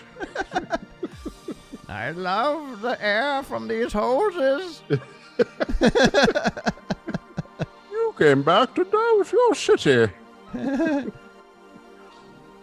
He's the only thing that makes that movie rewatchable for me. I'm not a big fan of Dark Knight Rises, but he's so good. I just watch it because him. He's good. But the goddamn movie sucks, man. Again, if you're a fan of Tom Hardy, watch Taboo. And if you're also a fan of Tom Hardy, watch Peaky Blinders. Fucking phenomenal. I can't. I gave Peaky a few episodes. You're missing one of the greatest Tom Hardy performances of any Tom Hardy performance ever. Oh, speaking of which, his American accent is weird too, because he does the Philly Brooklyn accent. He's in the movie The Drop. I don't know if you've seen The Drop. No. Fucking you would love. Will, you'd love The Drop. You love The Drop because it's Tony Soprano, James Gandolfini, it's Naomi Rapace. I think she's playing American. Right. But Tom Hardy's like I think it takes place in Philadelphia. He's like a Philly bartender. I'm just gonna say he has a secret. I'm not gonna tell you what the secret is, but the last 10 minutes of that movie is so cathartic. It's like, oh man, this fucking guy is awesome. Shit's ancient. Yeah, watch The Drop. It's a good movie. It's like one of those good, and his accent's very kind of like it's really weird American. Really like, weird Philly voice where it's kind of all over the place. You don't really know. He's playing Al Capone in a new movie, so I don't know. He's like, I want the Philly cheesesteak. It's kind of like it's more whiny sauce. He's more whiny. He's like a very whiny, but it works in the finale. When you watch the final scene of The Drop, it's like, oh, this is great. I might watch it when I get off of here. Hey, Danny Mick, what's up? Swedish Mom, I'm awesome. How are you doing? Wannabeard says, watch The Warrior if you like. Warrior also, he has American accent in that too, but he barely talks. He does. Warrior is a great movie. Greg has entered the pate. Hey. Greg has entered. You've entered the party. We will break you. I was born in the darkness. When I saw the light, I was a young man, and by then it was blinding. I lost my balls at 12. Hello, hello. Hey. Yo. Yo. Warrior is a great homie? film. That was a movie that was like, I had my arms crossed, like, I don't want to watch no Warrior movie. And I sat there and watched it. Yeah, I sat there and watched it, like, skeptical, like, this is going to be stupid. End of the movie, I'm crying like a baby. Yeah, it was a child. well-written movie. Yeah, man, it's really It's a good movie. That's Gavin O'Connor, the guy who did The Way Back and Miracle and the Accountant, which is also underrated, by the way. The Warriors. That's Joel Edgerton. I think that's the only Joel Edgerton movie well, he's kind of good in that Warrior King, the one with Timothy Chalamet. He's good in that. That was a good movie. I enjoyed that one very much. For some reason, it was really good, but it's like it felt like a snippet of a movie. Like it was not enough. It didn't feel like I felt like I was watching a show. Yeah. Not in terms of production value, but it seemed like it didn't get in enough of the stuff. Like as it's just started getting going, it was done. Like, oh, it's over? No, I wanted more. Come on, we just got to the good shit. It seemed like a relatively short time span. I guess I don't know. But Joel Edgerton's in there, and he plays like a drunk in there, and he's like a soldier. He's fucking fantastic in that movie. It was almost like a monk, he's like a warrior monk. Yeah, a warrior drunk monk. What is the one from Robin Hood? Friar Tuck. Friar Tuck. He is a badass Friar Tuck in that movie. Yep. Oh boy, but yeah, I recommend The Drop. Greg, have you seen The Drop before? I have seen The Drop. You have? You're right. I have. Oh, and you're right. He does do the same. Seems like he does the same American accent every movie. Like a whiny. He's like from Philly. You know? He's like from Boston, Philly, Brooklyn, kind of like amalgam of all of He those, thinks they're all the same, but it works for the final scene. The scene in the bar. I will not spoil it. It works because you're just like you're Naomi Rapace in that scene where you're just like, what the fuck? What the fuck just happened? Holy shit! You know what? I can't really remember what happens. I won't spoil it for you. Yeah, there's a big reveal at the end of the movie. Oh wait, no, I do remember it. Yeah. Because the whole movie is kind of like setting him up to be something. It's very history of violence-y in a way where like maybe this guy's kind of like no, nope. And James Gandolfini is good. I think that might be the last James Gandolfini movie I saw. I know he was in that movie with what's her name? Elaine. Oh yeah. What was the one where there was like that ensemble movie with the Mexican? The Mexican. He was in the. Oh yeah, he was the man, wasn't he? The gay Mexican guy with Brad Pitt and Julia Roberts. Yeah. Where they were trying to get the pistol. Yeah. That was way before. That was way before. Was it? I thought that was one of his last ones. I could have swore that was before. I gotta look it up now. I never saw the Mexican. I just remember that one scene where he gets in the car and he goes El Camino. That's all I remember from the Mexican. Yeah, you can skip it. Don't worry about it. Great gamer says you're not missing anything. Right, guys, I'm gonna say it once and only once. I'm laying here trying to relax, and all I can hear is Bane attempting to creep into my dreams. Can we have some freaking Care Bear voices instead? Care Bear. Nobody cared who I was until I shot rainbows out of my chest. Care Bear, heart, Care Bear, heart bear, please care.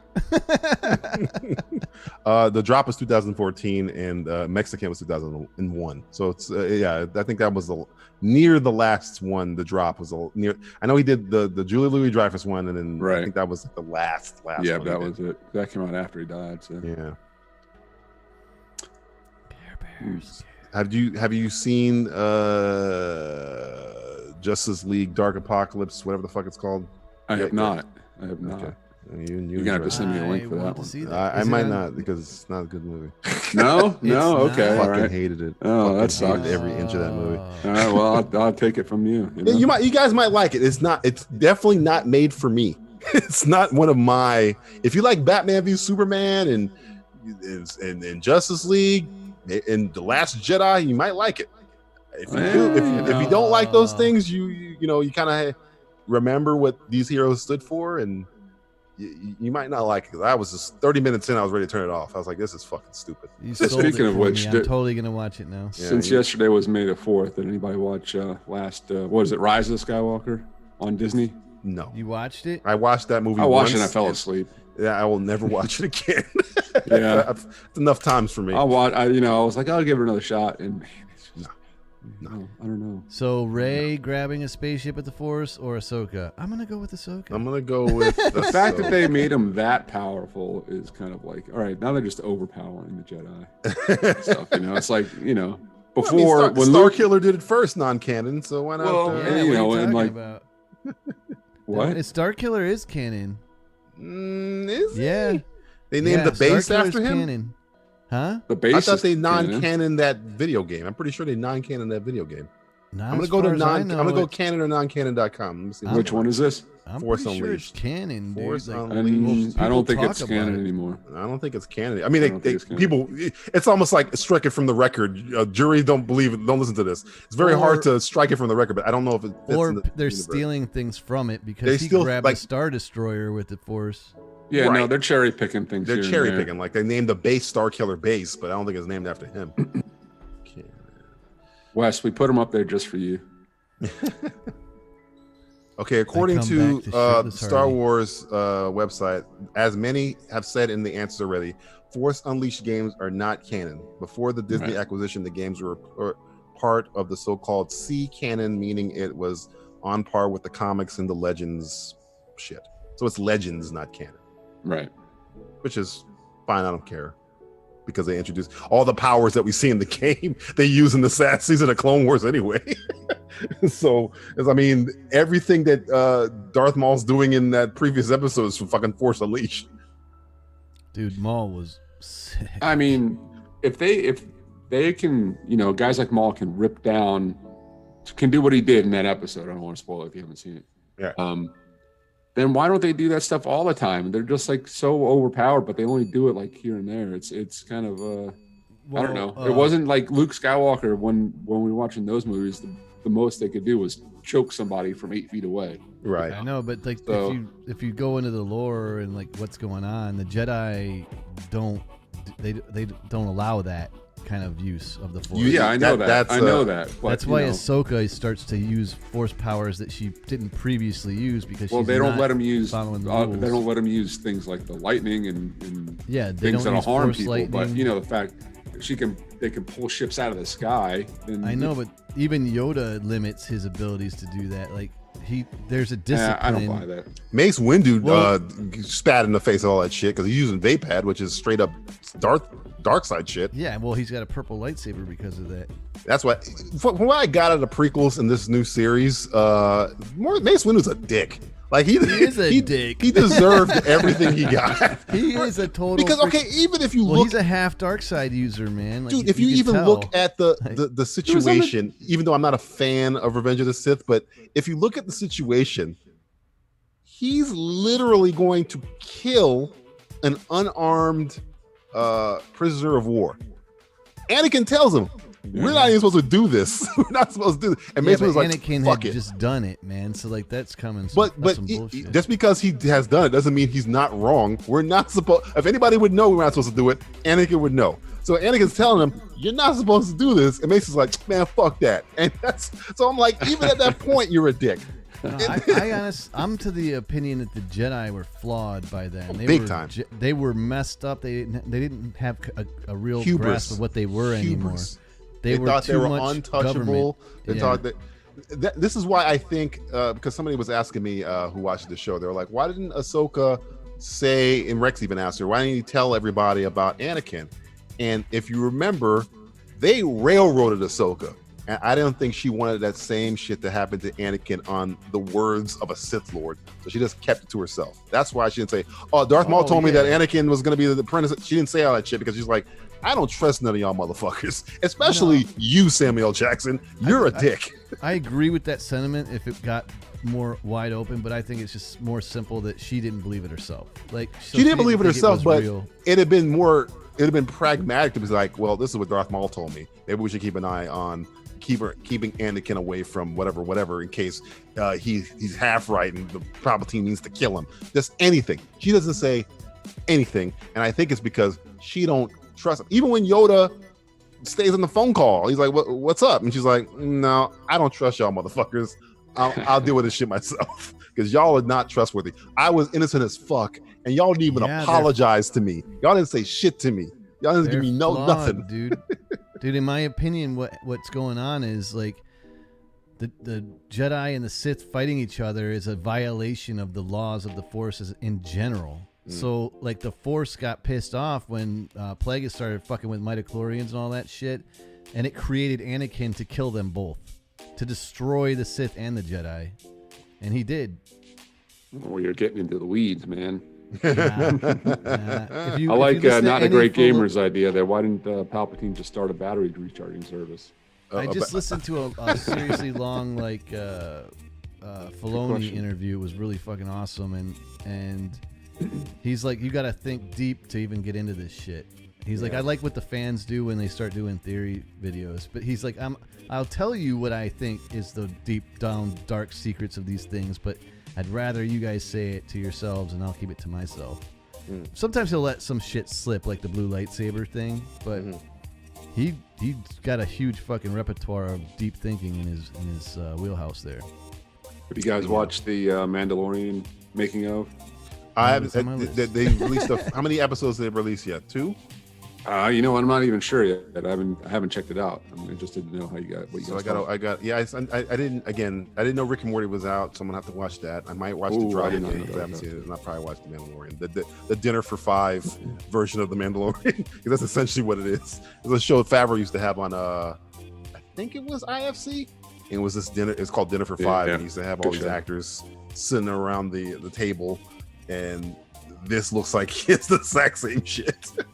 So yeah, I mean, it's gonna be interesting because I want to see how they made. I'm more interested. I want to know way more about that Blizzard technology shit. That to me is the future. That shit is so fucking amazing. How they do the background set. Yeah, the background set made by a video game engine, which is fucking crazy. Awesome. That's one of the best things in Oblivion, dude. Yeah. And that was like the fucking the Wright brothers playing version of what it is now, because that was when I first saw it in Oblivion. I was like, this is fucking phenomenal. And they were and it was kind of like a rudimentary version. And this shit is like, it's changing environments. We can fucking move a rock over here. We can put the sun over here. I was like, what the fuck? This is fucking fantastic. But people can react to it. It casts light on people, so the lighting is like a lot. You save millions of dollars. So much money being saved. Millions of dollars. Now I know how they did. I mean, I know when he was doing Lion King and Jungle Book, Favreau was like on the cusp of this shit. And James Cameron's probably number one when it comes to like innovations in filmmaking nowadays. But I think Favreau's like right there, because I'd have never thought that we'd be in a situation where you're telling me 90% of the Mandalorian's fake. I mean, usually you have a good eye for, that's a green screen, or that's a green screen, or that's a green screen. You're like, oh no, it's fake. All this shit is. But it's not a green screen. It's not a green screen, and it looks fucking real as shit. It looks real as all hell, man. Yeah. It looks, from what I hear, it looks real to the people on the set. Yep, and you get the performances out of them. So. Instead of fucking Ewan McGregor dancing on the goddamn They need to put that bike. shit. That's probably the same kind of shit they put in that. What is it? That freaking kite thing in Epcot. Oh, that yeah, shit's insane, dude. Yeah. I don't know what you're talking about. What's that? That's soaring. It's called soaring. Oh, yeah. Dude, it's crazy. You cannot tell that you're looking at a projector. You just can't. My stomach wants to drop, but I'm like, but I'm not really dropping. You're not moving anywhere. Yeah. Didn't the actors on The Mandalorian, some of them say they got like vertigo because if they're standing still and the camera moves and the background moves too. Was it the it was I think it was the episode when they're and is it Tatooine? I think they're on like a cliff or some shit, and they're not on the cliff. The one with Ming-Na. Yeah. The one with Bobby Cannavale's kid, the weakest episode of the series. But yeah, I think they're on a cliff, like looking down or whatever. But they're not really on a cliff looking down. They're just standing on like a floor. But the way they project the shit looks like they're looking like down like 7,000 feet or some shit like that. It's a damn holodeck is what it is. It's a fucking holodeck. Holy crap! Star Wars with Star Trek. Yeah, God. It's the beginnings of the holodeck. Oh God, this is how it starts, and then the fucking computers take over, and then we're in Terminator. Yeah. You guys ever see Dark Fate? You guys watch Terminator Dark Fate? Yes, I did. Oh yeah. No. Okay, good. It was. I mean, don't do it. Don't do it, Greg. Don't do it. It was better don't than the one apologize. before that. I'm not apologizing. Don't you dare cry for them. I will not. I will not. It was better than the other one. It was better than the previous one. How would you rank your Terminator movies? Oh, that's easy. T2. 1 and 2, and I'm out. 2, 1. This is where it gets interesting. After 2-1, then it gets interesting. There's such shit. Wade through that shit, Greg. Man, you know, I really wanted to like the McG one. Yeah, so I think that's my 3. The one with Christian Bale. Yeah, I think it had a. I like that one. I think it looked the best of all of the new ones. I like the gritty nature of that. Yeah, one. that's the only part I like about it. I like the gritty nature. It has the best actors of all of them in it. It's got one of the best Terminators. That one with the Gatling gun. That's the shit, dude. I mean, you got Bryce Dallas Howard. You got Christian Bale. You got Anton Yelchin. Yeah, you don't hear me now. Some good shit. Yeah, I can hear you, Greg. We heard you before. Can you hear us? I cut my internet connection's going out. We're having some crazy storms here in South Carolina. You guys are getting them. But we've been getting some crazy storms the past couple of days. I'm exhausted because I was up all night because it was thundering and storming. It was pretty rough. There's like hail and stuff like that. God damn. Yeah, it's pretty crazy. Watch out, it's spreading that COVID. But ranking my Terminator movies, yeah, 2, 1 for sure. I really wanted to like the Christian Bale one. It was, great design and everything on it, but man, it was just put together like just shit. Story. It needed a rewrite, or a write, sure. or just a write. There was like a huge section that seemed like it was cut out in the middle of the movie. I don't know. It was just I think it was. I think that's a huge deleted scene that they took out with the Moon Bloodgood. What is that? Yeah. What name is? Joel Edgerton also. That Helen Bonham Carter. That has like the best cast of actors. Yeah, man. It could have been good, man. It could have been really good. That's why I think I put it as my 3 because of the rest of them. Yeah, I might have to. I think I got to go Dark Fate after that one. Then 3, and then the Jenny Smith.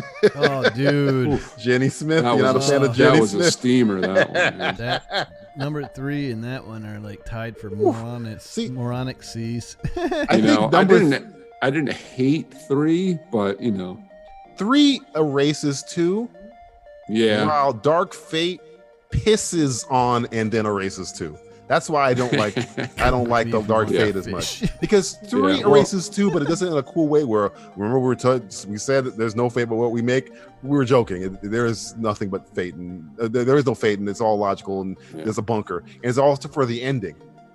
Dark Fate is like, fuck those movies. Fuck you for liking those fucking movies. If you like those movies, you're a dickhead. Eat a dick. We're gonna blow up the whole fucking first 2 movies in the first 10 minutes of this movie. To watch it. It's such a fuck. It's literally, it should be like a director that's sticking a middle finger at the camera. Yeah. This in the bottom right hand corner. Where would you have taken the story though? It should have after never. T2 has like no story. It should have never gets ridiculous. been another story. That's the problem with there T2. There shouldn't have been a first story because the goddamn time travel is insanely But flawed. no, if you look, if you you can't think too hard about that. The Terminator franchise, the Terminator franchise is faulted by the fact that Terminator 2 has such a perfect ending. To do anything past Terminator 2 weakens the story. There's nothing you can do. Yeah, you can't improve it. Well, unless you show the future, you can't. No more time travel. That's why I say Salvation, because it has nothing to do with the ending of part 2. It has the least to do with it. So if you say this is before she changed the future, then fine, I can live with that. You could have seen from the nuclear explosion to the friggin' time travel event. And no, that's what I'm saying. Right. As long as it has nothing to do with anything past the end of part 2. I mean, I wanted to see a whole movie based on the prologues in part 1 and 2. Look, I give it to the same. I equate it to the same thing as the Matrix. The first Matrix has such a perfect ending. Anything to add to that weakens it, and it does. What do you think about 4 coming out now? I don't want them to make a 4. I didn't want them to make a 3. I didn't want them to make a 2. I'm pumped. I'm curious, but I mean, I don't know. just I know The the last two were a shit show. You can't get any worse. You can only Yeah. get better, especially if Neo has a beard. And I just want to see him with a beard. I mean, and then watch John Wick. If you want to see him with a beard, watch a better movie. Watch John Wick or John Wick 2. And what have the Yeah, it Wachowskis was put the out same since that have been every good? movie. Besides, Cloud Atlas was good, but I love Cloud Atlas. They I are. absolutely love that movie. what is I that? think they Jupiter get Ascending too- is one of the stupidest movies I've ever seen in my But the life. thing about the That movie Wachowskis, is a they get too clusterfuck. they get too analytical. They need to. The Matrix was very very thought provoking, but it was They wanna put poetic. messages in there. Yeah, it's very poetic in its ending. You can't build once you make it's almost like I make a perfect meal, and then I think, okay, I'm done. But what if I cook it for a little bit longer? It's like, no, it's perfect. You can't. What if I put this on it? No, it's perfect. Matrix ended perfectly. Sometimes you don't need to make a sequel. No, the first Matrix is a perfect. Perfect. You don't movie. need anything else. No, Terminator it's 2 Totally, yeah. is not a perfect film, but it's a perfect ending to that story. Sarah Connor went through a complete character arc from 1 to 2. She went from a waitress to a Terminator back to a loving mother. Anything else you do to that weakens that arc. No, Animatrix, perfect. No, Animatrix, again, it doesn't do Animatrix it. was freaking burly awesome. Animatrix to me doesn't even count because it's just it's a side story. It's not a sequel. Anything you do to further it's the not a story sequel. is a weakening the prequel. story. No, the Animatrix is a prequel. It shows what happened, which is cool. That one anthology. The is animation awesome. shit, yeah, it's a prequel, but it's not affecting the end of the Matrix. No, absolutely not. I don't No, want no, anything no, to no, affect no. the end of the Matrix. No, All those it's movies an affect the end of the Matrix. accessory. It's an accessory. To Yeah, the movie. you don't need it. But again, on top Yeah, of it, no, you you don't need it. That's why I No. say sometimes movies You don't need. don't need a sequel. You Well, don't need to go there. There was a lot about Reloaded that I enjoyed. until Yeah, I like we had to Reloaded work on up it 800 to. times, but I like it up to the part The where end. he pulls the bull out of Trinity. The Yeah. movie should have ended right there, and that'd have been okay. That'd have been fine. yeah. But I don't know. The whole. I mean, car scene is amazing. the Zion scene is bullshit. But There's a- everything on the Yes. truck with the ghosts, that's Please awesome. don't remind me of Anything that that damn has to do with Zion Zion is shite, Is and I shit. think that's You what don't need it. ruined those two movies. Honestly, Right. Zion. Well, then them ruined trying to those make two it a movies. parable was Yeah. really lost me. Like The fact people that the dancing whole- in a cave, like dirty and naked, like they had to smell so bad. But think about Like, I just- but think about how Had to de-interlace them. but think about Every how time I see that Matrix scene, I'm like, Revolutions "Ugh." I just have Matrix Revolutions PTSD. essentially erases everything about part 1. I don't want any sequels are doing a disservice when they're erasing Rise of Skywalker, erasing the endings of other movies. Revolutions erases the ending of Reloaded and The Matrix Part 1 because the ending of Reloaded, Trinity saved by Neo. The ending of Revolutions, she's dead. Neo is the one. He's this great thing that we've done this a million times, and by the way, he's going to be the subjugated to being a bounty hunter to kill Agent Smith. Well, then what the fuck was I watching the first movie for when you're telling me he's the one, he's this big special thing? Nah, he's just a vessel that we've made countless times, means nothing. Then you essentially erased the ending of 2 better movies. So yeah, when you're doing that, that's what Dark Fate does, when it's like, hey, you remember John Connor? Doesn't matter. Remember that thing about fate? Doesn't matter. It's Well, like, no. no, Yeah. he did. There's like, say, anybody, they have to kill everybody because everybody. the next person is always going to be next man up, you know? I know, Yeah, and but if- he did say in the first Matrix that he was reincarnated several times. Sure. Like it wasn't like that was new information. Sure. But what is he relegated to at the end of Revolutions? A bounty hunter. A bounty hunter who's just sent there to lose on purpose. Well, so the Matrix can he can't kill Agent win. Smith. Like they're evenly matched, So- so he has to lose. Look at him in the phone call sequence where I'm going to free everybody. I'm going to show everybody everything. And look at him at the end of the Revolutions movie. I know it sucks, dude. It sucks. That's my Every point. time you bring it up, I keep like having a meltdown in my brain. That's my point. If it's making you have that problem, you shouldn't have fucking made that movie to begin with. No, I gotta say though, man, him flying to the goddamn city to save Trinity was pretty goddamn cool and Reloaded, dude. This is how Matrix Reloaded to me is equal on par to The Force Awakens. To the fact where I was like, okay, where are you gonna go Alright. with this? And you're like, oh, now that I watch Rise of Skywalker and The Last fucking A Jedi, shit ton of fan service. right? I'm basically. sitting there like, I'm sitting there like, okay, well, if y'all would have went somewhere with this, I would have really loved The Force Awakens more, but because I know where it's now going, I now don't like The Force Awakens as much as I did. Before those two movies came out, I was happy. I liked no, The it Force definitely Awakens. diminished it. That's for sure. The sequence with the Millennium Falcon escaping Jakku, one of my favorite Star Wars sequences of all time.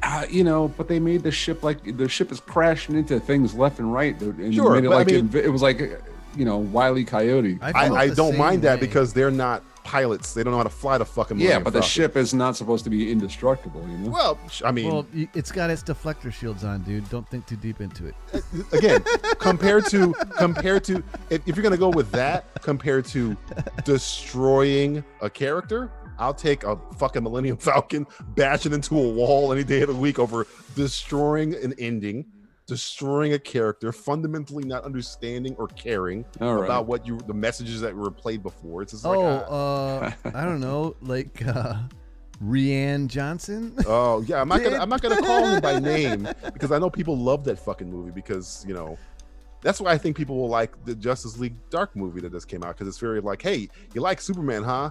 Well, guess what? He's a dick and he's stupid and he doesn't know what the fuck he's talking about. Hey, you like Batman? He's a fucking idiot. Hey, you like the Justice League? They're losers. Hey, you like it? That's essentially the movie. Everybody you like, hey, remember superheroes? They all suck. That's Justice League Dark Apocalypse.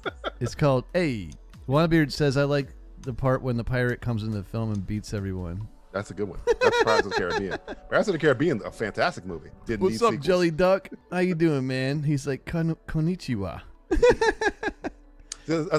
Like what was the second Pirates of the Caribbean movie? Not World's End, the second one. I forget the name of it. Oh, I forget it. The one where Jack gets eaten by so many millions. Kraken or whatever. Yeah, that was a good one. I liked it because I was like, okay, that scene is amazing. That scene's even awesome. though I hated what happened to him, I was like, okay, where you going with this? And then when I see where they went with him, like, nope. Now I don't like this movie. Dead Man Tell No Tales, is that it? No. Yeah, is it Dead Man Tell No Tales? No, that's the fourth one. I can't remember. That was the last whatever one. the second one's called, which I cannot remember.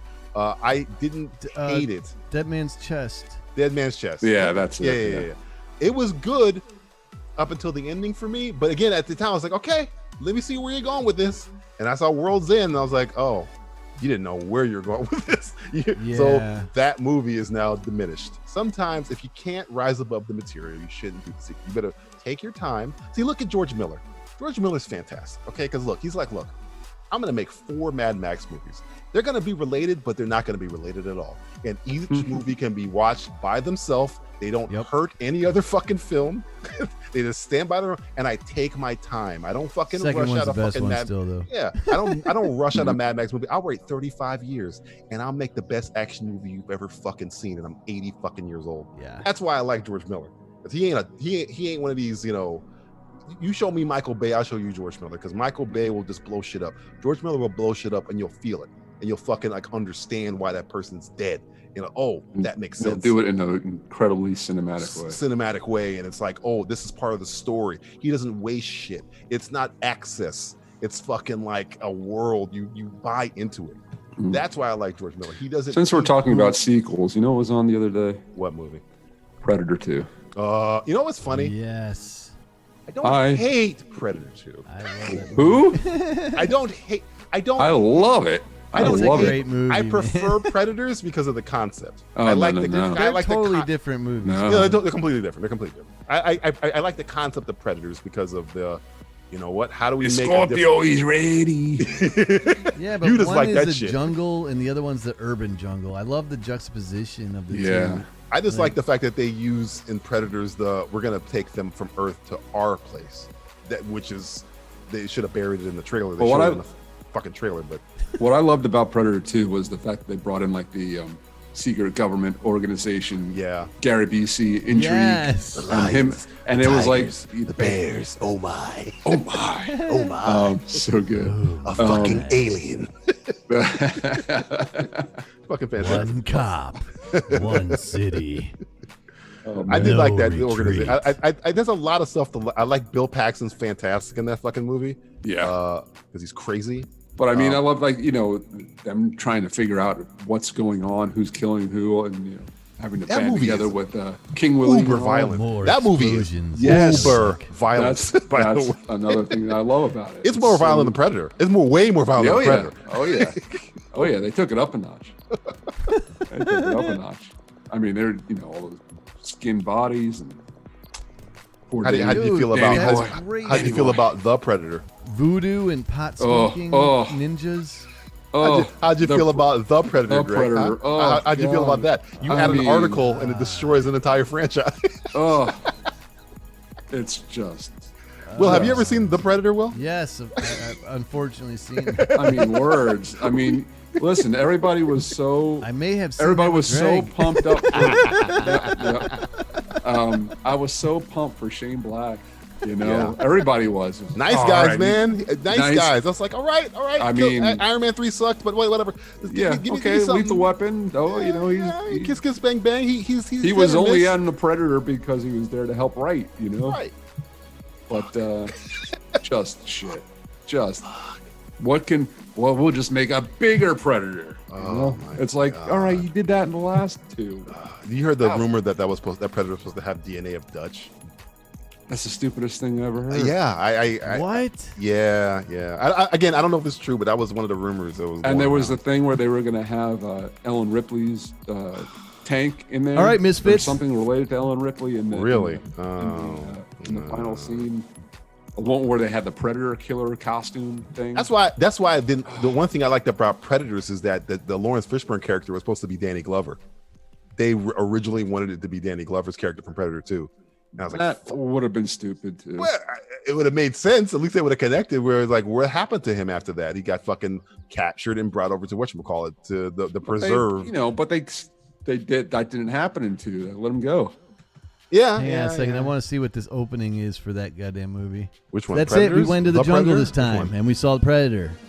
I think so. And guess what? Oh, no, I didn't that see was this one with you beautiful guys. motherfucker. True. This time so bad. on Miscast Movie Reviews. So bad. That's the one where they're looking for people on the spectrum to steal their quote unquote powers for themselves, I guess. JJ will probably break it down right off the bat like, this is a fucking piece of Knowledge. I mean, it's like it is a fucking piece he's of like the shit. new I agree with boogeyman for JJ.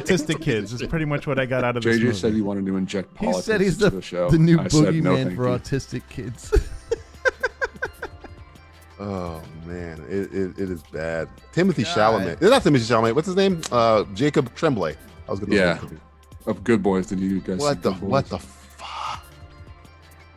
Of Harley Quinn in Doctor Sleep fame. He's in Doctor Sleep for 5 seconds in a horrific scene. Oh, I haven't seen Doctor Sleep. Doctor Sleep kind of shattered my fucking dreams. I hear Shining, the dude. director's cut's way better. That's right. Oh, man. Yeah, I haven't seen the director's cut yet. It's not a like terrible movie, but it's like it's so weird. You know who's good? The thing that I liked about it was Rebecca Ferguson. She's like, She's good in everything though. yeah, man, she's always good. I want her to be the #1 agent in the new Mission Impossible movie, but Tom Cruise won't let her. Because it's the natural progression for the MI5 right now is that Tom, because spoiler alert, Baldwin's not in it anymore. Tom should be the director of MI5 and she should be the #1 agent. That's what it should be Baldwin's right not in it anymore? You've never seen Mission Impossible Fallout? Yeah. He didn't die though, did he? I mean, I don't want to spoil it. spoiler but, alert! Cover your ears. cover your ears for Mission Impossible Fallout. Cover your heart. Cover your heart because Alec Baldwin didn't when Henry Cavill gutted him and took out his intestines. Superman cut him up. I know he got Superman capped, gutted but him. is he dead? Yeah, he Like, dies on camera. Yeah. He says, I "Go don't get him." remember, man. That was Oh our yeah, first he review. stabs him in the chest and then he guts him. And then Tom Cruise goes after. He goes up to him. He looks down and looks at his guts on the floor and goes, "Oh no!" And then Alec Baldwin's last words are, "Go get him." And he fucking passes out. And that's the last time you ever see. And then they say they found it. They got him out of the room or whatever. Alec Baldwin's last words are, "Go get him." COVID-19. So yeah, It's the next coming. director should be Tom. But I mean, I don't know if they're going to do that. Christopher McQuarrie is my favorite screenwriter, so I trust him, Another but- damn link I can't play. Which one? What is You guys this? sent it in the Zoom chat, dude. Let me see this. Oh yeah, I did fucking hear this. That This link movie is does like This movie's an abomination. Greg, this movie's an abomination. Okay, this movie is. Oh yeah, it's a total abomination. It is so bad. Yeah, it is not good.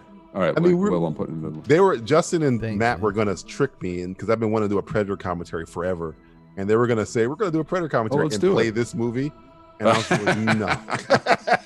I mean, If it it might has- be fun to shit on it, but If you it know. has an article, I can't. But it's again, what I tell you about commentaries, when they're so bad, Yeah. they lean into boring. They're not good Yeah. commentary fodder. That movie is boring bad, and it's just. I mean, it's bad. and just like the band that I'm trying to make, None of the jokes Solar's work.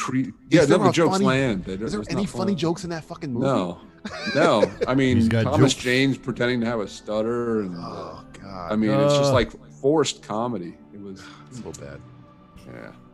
it had a No. What is that? That's the Okay. alternate ending. 3 different endings. Yeah, none It's of them work. IGN, dude. I'm afraid to play that shit. Don't play it because there's an image below. I have to wait till the strike is like Don't play it. Just show the thing. expired. Yeah, not How far down a is this damn image? not a good movie at all. Again, didn't need that movie. Didn't I read the comic book that takes place after Predators that shows what happens to Royce and the what's her name from the other girl, I forget her name, the sniper chick. There's a comic book that takes place like minutes after that movie ends. But I was like, yeah, Wannabeard's taking off there. I want a beard. Oh, dude. Peace out, man. He's pissed because we were shitting on some pirate movies. No, I get Wannabeard. I Actually, love they're Pirates good. 1. Yeah. I love Pirates 2. I don't Yeah. like Pirates 3 or Pirates 4 or Pirates. Is there a fifth Yeah. one?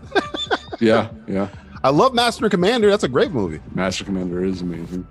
I thought Dead music in Man's Chest. Dead Man's the fourth Chest. one was Is that what it is? That's a great movie, man. Yeah. That CGI with the dude, Davy Jones Shit, is Davy amazing. Jones still Yeah, holds Davy up Jones. to Oh, this yeah. day. To this all those day. guys do. To this Bill day. Nighy, dude, is always great. Yeah, Bill Always the Nighy. Predator, man. Ugh. I mean, it's just like such a cop out to just say like, oh, we'll just have a bigger Predator, and that's how can he make the Predator? How can he make the old classic Predator a good guy? He wasn't I scary know. because he was We'll big. make He was him a- scary because you we'll have a couldn't big- see him. He was crafty. He was fucking Yeah. dangerous. He was fucking Well, that's why I agile. like. He's jumping from Night of trees the and shit. Ponies. That's what Predator 2 got about the Predator was like Yeah. you have to build up the mystery. Like, what is this thing that's chasing us? And they did it in a good way too. Even when Danny Glover's fighting that Predator's like doing Batman shit to him. Like he's like appearing and disappearing. Yeah. It's like, holy shit. Yeah. Plus, it was cool, like at the end of Predators 2, that he like walked in that ship and there were a shit ton of predators. And, Yeah. like there was like this reveal. Did you and ever they read the? honored him as a hunter? Did you ever read the I comic was- book about the gun? There's a comic book based all about the gun they give where him. they yeah. got that gun. Like, Oh, I know. It's like from his grandfather or something like that. No, it's like No, a no, conquistador no. that the Predators Yeah. They went hunted- after back in the right. day or whatever. Yeah, way it's back in the day. it's a real good comic book. Okay. But yeah, I do like Predator 2. There's some parts I don't like as much. Oh man. It's the best campy awesomeness, dude. If you like camp, man, like Evil I just Dead camp, maybe because like, I'm coming that is from, but again, I'm coming from a. I mean, John it's no McTiernan- Shark Night, DJ, but you know. No. Again, you know me. I'm a What the cinema fuck was that? cinematography snob, so I'm coming off of a John McTiernan shot Predator movie. So the way they shot Predator 2, it's not as beautiful looking as That's Predator because 1 you're is. thinking of them in the same vein, and that's I think where your issue It's is. the sequel. I have to think of it the same. No, but it's the sequel, but it's not. It's a sequel, but not. It's more Literally like the a. sequel. I'm gonna go with more like a spin-off because they don't even really. No, Gary Busey literally shows clips of the first Yeah, movie. no, that's how they tie it together. But if you didn't have that, you could ignore the first one and not even have to have the first movie. I'm not saying the term in Like, terms do that of with us- Back to the Future too. Like ignore the first one. in terms of well, that's the same director, but in terms of the story, I have no problem with Predator 2. I'm just saying in terms of like cinematography and the way they directed it, I wish McTiernan would have done that movie. Like Predator 2 to me is Die Hard 2, where it's like Die Hard 2, I wish because I just came off of Die Hard, the greatest action movie of all You guys hear time. that thunder through my microphone? Yeah, I heard it. But it's Die Hard 2 is not shot as well as Die Hard 1 and Die Hard 3 is to me. I was watching Die Hard 2 today. That's another good one. Rennie Harlan. That's probably Rennie Harlan's I only good enjoy movie. Yes. I Cliffhanger. I actually think Die Hard 1 and 2 I are enjoyed shot very similar, and Die Hard 3 is the one that's like. I'm going to tell you why it's not shot the similar. same. You know who the cinematographer is for Die Hard 1 and 3? Jean DeBont. You know who Jean DeBont is? The director of Speed. John DeBont's a fucking in Twister. He's a fucking badass. Rennie Harlan wishes he was fucking John McTiernan. Though John McTiernan is a criminal, but he wishes he was John McTiernan. Well, John just McTiernan's coming off of a friggin' viewer's perspective, I feel like 1 and 2 have a similar vein, and 3 is the outcast. Well, Rennie Harlan was trying to replicate John McTiernan. I think he failed. Although all 3 are friggin' amazing. I'm not saying Again, that. I have no problem with 1, 2, and 3. I just think 2 is the weakest one because John McTiernan is when I think of Die Hard, I think of John McTiernan. I think of John DeBont. I think of how they shot it, where it's the fucking Spielberg lights and the fucking grittiness and the handheld camera, anamorphic lens shit. There's none of that shit going on in Die Hard 2. It's just, hey, it's snow time. In the dark outside, and everything else. Well, yeah, and everything's happening in the light. It's not as He does stab someone in the eye with an icicle. An icicle, yeah. I mean, in terms of action, yes. In terms of cinematography, good stuff. no, they're different. Yeah. not the same. Again, I have no problem with Die Hard. I have to rewatch them with that in mind, though. Like, I'm not gonna sit here and with my because I haven't seen either one in a long time. Oh, so I've seen again. I watch Die Hard like every other day. and Die Hard 3, like if you ever want to compare, it's just like McTiernan loves like fucking wide lenses and fucking making shit look like when he's doing Die Hard 3. The opening shot where the truck explodes and it has it's a that, Greg? That's supposed to be Ellen Ripley in the end of The Predator. That was one of the 3 alternate endings that they shot for this movie. And on her face, it's supposed to be like it's supposed to look like the face hugger, but it's like an apparatus that's like a breathing apparatus that's made to look like the face hugger. Boo. Why is Ellen Ripley? I don't know. Isn't Ellen Ripley from the fucking future? Yes. That's what I don't get. Is it a time machine, Greg? Greg, I blame you for this. Don't blame me. I didn't think of this. I don't think of the. Why did you shoot this scene, Greg? You managed to ruin an already ruined movie. Greg, why did you greenlight this? Why did you? In your directors' meetings with these people, why did you put this on the table? We shot 3 different endings for The Predator, all variations. Of some dummy was at the table was like, "What if Ripley's there?" Like a fucking idiot. And somebody like, "She's in the future." Man, nobody's gonna fucking remember that shit. It's the main purpose of the movie. It's the whole. They have intergalactic space travel in the first Alien. That's way ahead of present day Predators. A time traveling Predator killer armor wearing Ripley. I'd say that sentence one more time. Just realize how dumb it sounds. Not going to, I don't want to repeat it. I don't want to. I don't want to repeat it. Oh God, dude.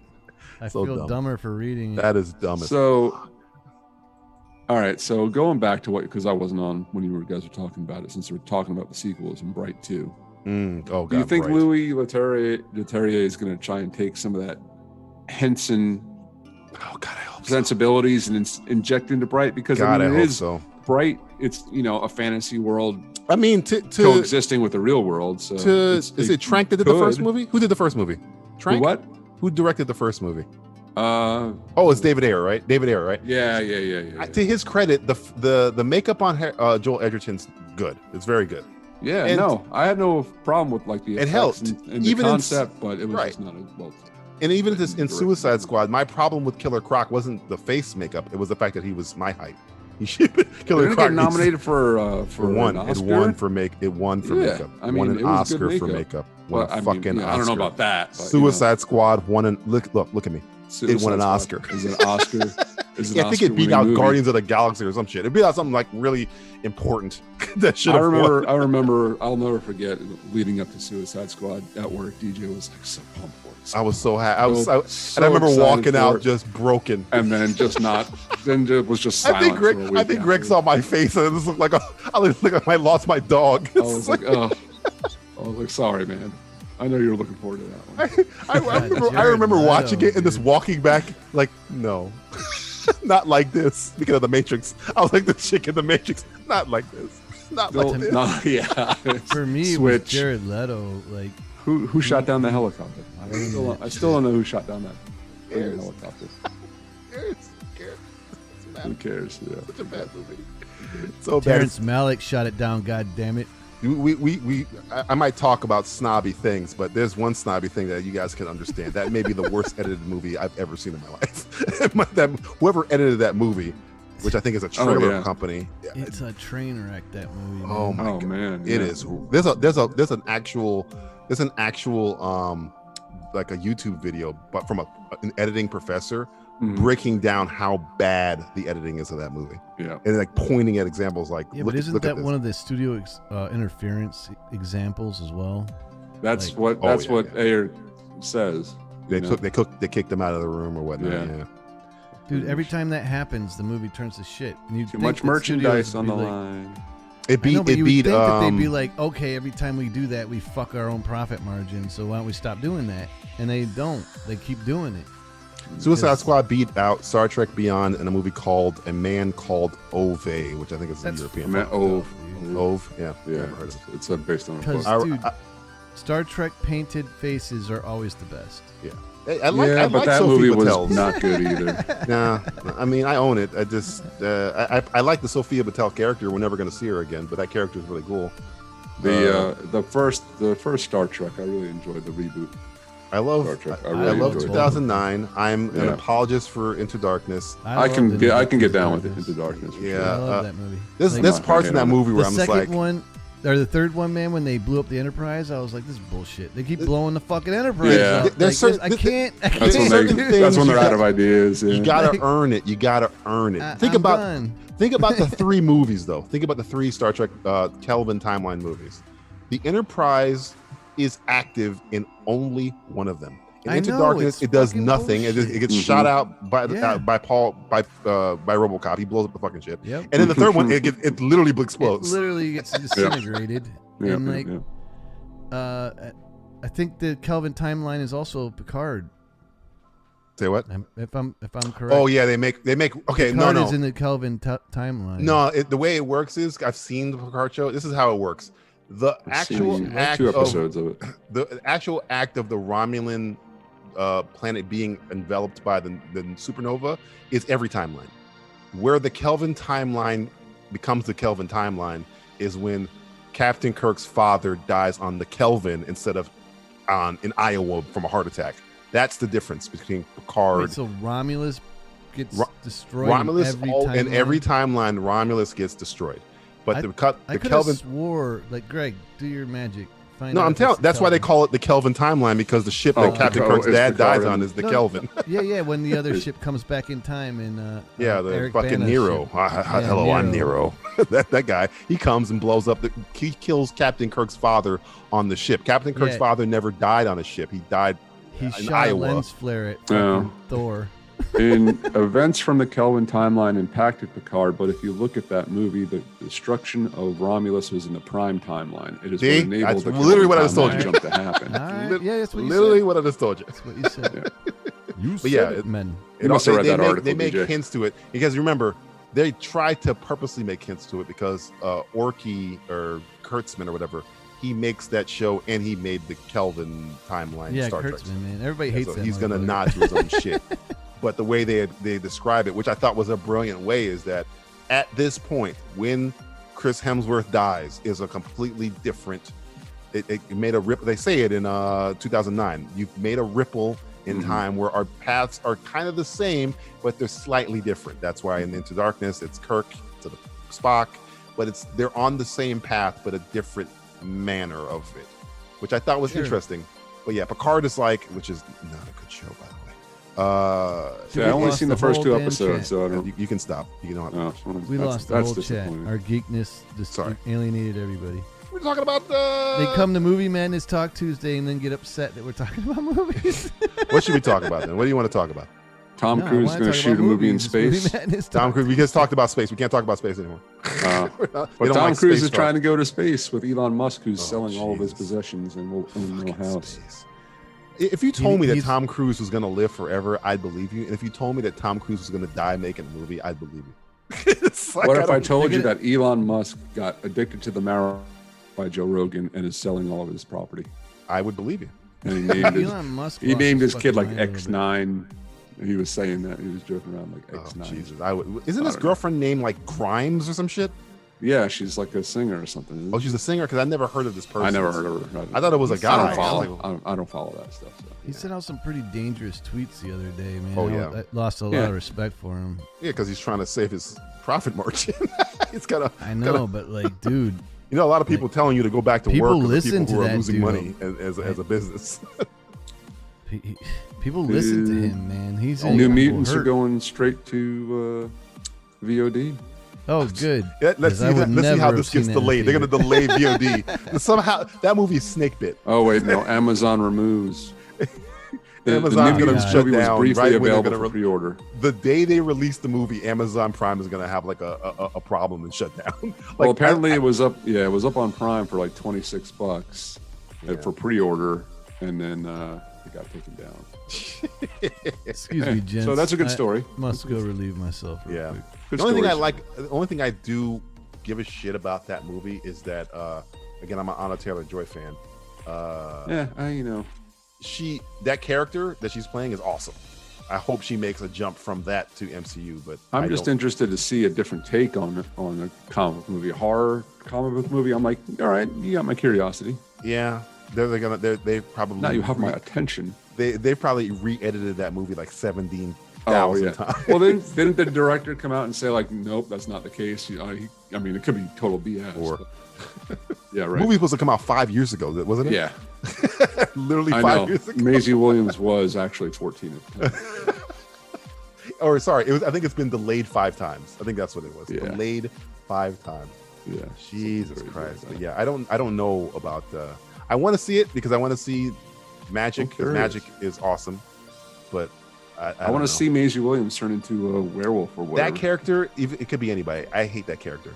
Really? Wolfsbane? I've never been a Wolfsbane. I don't know anything about these characters. Yeah, I have no idea. Wolfsbane's kind of a werewolf character. Cannonball, he's from the New Mutants with Cable. He's kind of like Human Torch, but he has like a force field. So when you see like him bouncing around, he can shoot, he can fly. As he flies, he has a force field around him. Who is this? Cannonball. He's also in the movie. Sunspot was in Sunspot. Yeah, Sunspot was in Days of Future Past, so you kind of know him.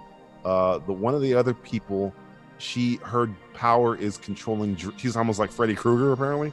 That's why you see that mutant bear thing. Whatever she dreams comes to life. So I think she keeps having a dream about a bear, right? A monster bear, and yeah. Well, it's a horror movie with a bunch of mutants no one gives a shit about. That's pretty much. It's based on a what it is. comic book run that I hear was good. I never read it. I heard it's like pretty much shot for, or at least it was originally. Oh, I'm gonna shot fucking watch it. Yeah, for sure. Like, the only we shall character of watch it. any note that I care about is Magic, because that's Colossus' sister. She's essentially second in line or third in line for Sorcerer Supreme under Doctor Strange and Doctor Doom. She's a badass. Like in an alternate Earth, she is the Sorcerer Supreme. Okay. She is awesome. So and she looks just like that. She has the armored hand with the knife. She opens portals. She is like a female. If you cross like Doctor Strange with the bride, that's essentially what she is. So yeah, I care about that character. And you know the story of Doctor Strange, right? Like he's the one Marvel character that got so overpowered in the comics that they actually had to retcon him and dumb his ass down because he was all powerful. Like I believe he was like defeating gods, like it wasn't no thing. Like he was he's eating like the Jedi in the new Star Wars. There's a comic book that came out recently that shows that Stiltman gets this character named Stiltman. He gets imbued with the power of the Mind Stone from the Infinity Gauntlet. Like, so he's essentially a walking Mind Stone. And he walks up on Doctor Strange, and like when you have the Mind Stone, you can just tell people to do shit and they do it. Like Purple Man, and he like tries to use his power against Doctor Strange. Doctor Strange's like, "Sorry, I'm immune to Infinity Gauntlet stones. You can't." He's immune to everything. He's like, "You had to try, but you can't really hurt I me." know. They delved a little bit into supposed to that do in that. Infinity War, like when he was going through the future shit, and then when he fought Thanos, like he could have won. He essentially is the one that does the most damage to Thanos. Yeah. Well, no, does the most damage. He's gonna fuck him up. Like, there's 3 people in that movie that seriously fuck up Thanos. Yeah. Doctor Strange, Scarlet Witch, and Captain Marvel. Those are the 3 that fuck up Thanos for real. Iron Man like cuts his face, but that doesn't really. I mean, that's not nothing. That's Thanos is I'm laughing gonna go at with him. Thor. Thor. Like, he goes through the rib cage. Sure. Okay, I'll put Thor on the list too. Come on, man. That is Thor, my favorite moment. But he lives from a stabbing in the chest, so I don't know. I mean, but he almost cut the motherfucker in half, dude. He did, but Scarlet Witch had him crying. Scarlet Witch was gonna fucking destroy him. Ripping him in pieces. Yeah, Scarlet Witch is super powerful too, man. That's one they have to depower all the time because her powers are literally limitless. There's no they are. There's no end to that power. She's a huge part of the next Strange movie. I'm so glad Raimi's directing it, man. I fucking love Raimi too. So. It worries me, but I'm happy. But it worries me. I enjoyed the first. Why does Doctor it worry Strange. you? I'm pretty pumped about this one because of the last movie he directed was the Wizard Oz the Great. Oh, the Wizard of Oz. Yeah, that's why it worries me. I love Cigar. Yeah. They'll rein him in though. We got Feige kind of directing. Oh yeah. I mean, directing the directors. Sam Raimi is a professional. That's what does it. Feige also is the one that forced Spider-Man 3 to be made. Never forget that. No. Ava Arad is the one that made Spider-Man 3. Yeah, but Kevin Feige was not in charge when the Marvel. I know, but he was his bitch at that point. So. He was there, but he wasn't in charge. Ava Arad is the one. We must have Venom. We can't have this Vulture. That's Ava fucking Arad. Is that why everybody hates on Lucas, but not Filoni? Even though Filoni was Lucas's little bitch for a hot because minute? Dave Filoni wasn't making decisions. It's like me hating Goebbels and not Hitler. Hitler's doing the fucking work. 9. So Kate Blanchett is going to be in the Borderlands movie. I saw this with the director William. You'll love this. Reuniting with the director of The House with the Clock in Its Walls, Eli Roth. Oh, I love that movie. It's such a good movie, dude. I love Kate Blanchett. She's one of my favorite actresses working. It's one of the best movies she's ever made. fantastic as hella.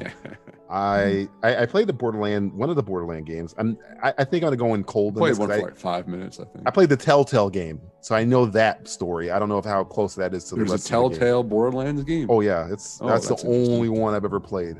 I played the Batman. I played Game of Thrones. Game of Thrones I hated. Well, I played like the first season. There's like all season, one for each season. It's the illusion of choice, that game where at the end of the game you can't save everyone. There's no decision that's good. Like there's a situation where you have to deal with Ramsey. No matter what you pick, he kills your character or he kills your character and somebody else. So it's just like, then why you even make this a decision scene? No matter what you pick, gotta have you press a button character or he kills your character and somebody else. But yeah, I don't know about this Borderlands game. I know it's super popular, so yay, I guess. Guys, I don't know. It's Stream Inception. Stream Inception. Oh, we're incepting ourselves. Dear God. Look at the mirror within the mirror within the mirror. It goes on forever. The Predator. Let it be known that we incepted ourselves in the future from the past. There's a new Twilight book coming out, Greg. Edward's point of view, brother. I can't wait. Can't wait for that, huh? Oh my goodness. I remember the first time I could hear her mouth breathing. I can too. Fucking mouth breather, man. Again, I can't hate on her anymore because she's proven to be a good actress. It's just like sometimes she doesn't care. I don't care if she was a good actress when she was a kid too. I don't care. Kristen Stewart. Wait, in what universe is she a good actress? She's made a couple of small films that she's put out a good performance. How about that? Yeah, she has. She was in that movie that Julianne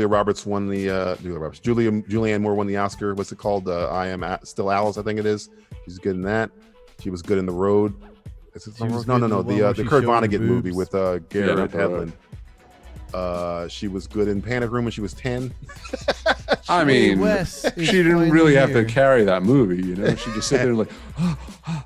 She just came out with a movie this year, and I cannot remember the name of it. I saw it was with Anthony Mackie. No, not that. That's what the one that Will saw, and he was like, "You all right?" But there was another. What's up, brother?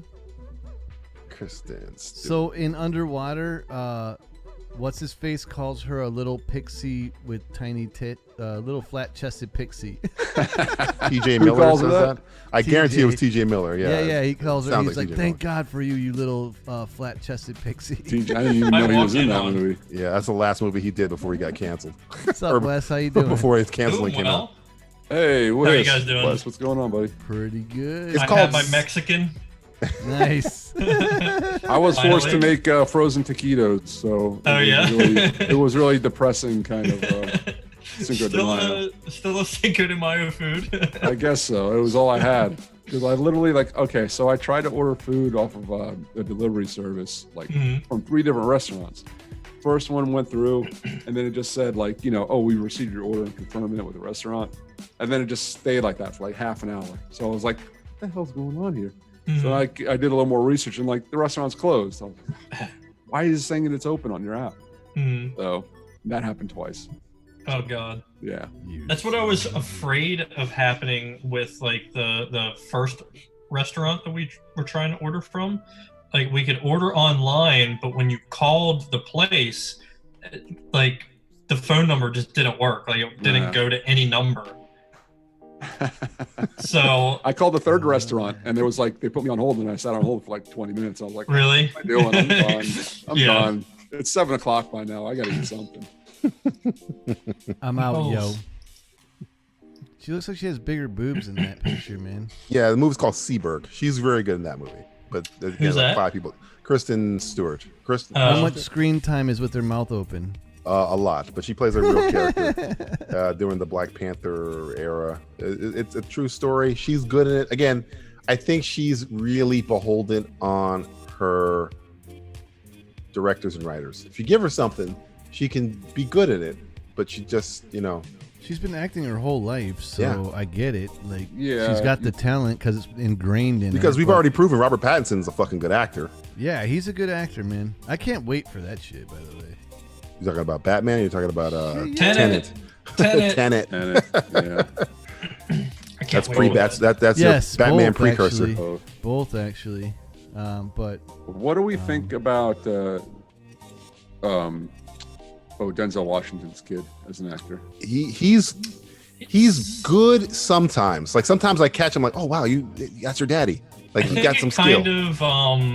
Kind of going back to what DJ was just saying with Kristen Stewart, it kind of depends on the material and the people he's working with. He's great in BlacKkKlansman. Yes. He's absolutely horrible on Ballers.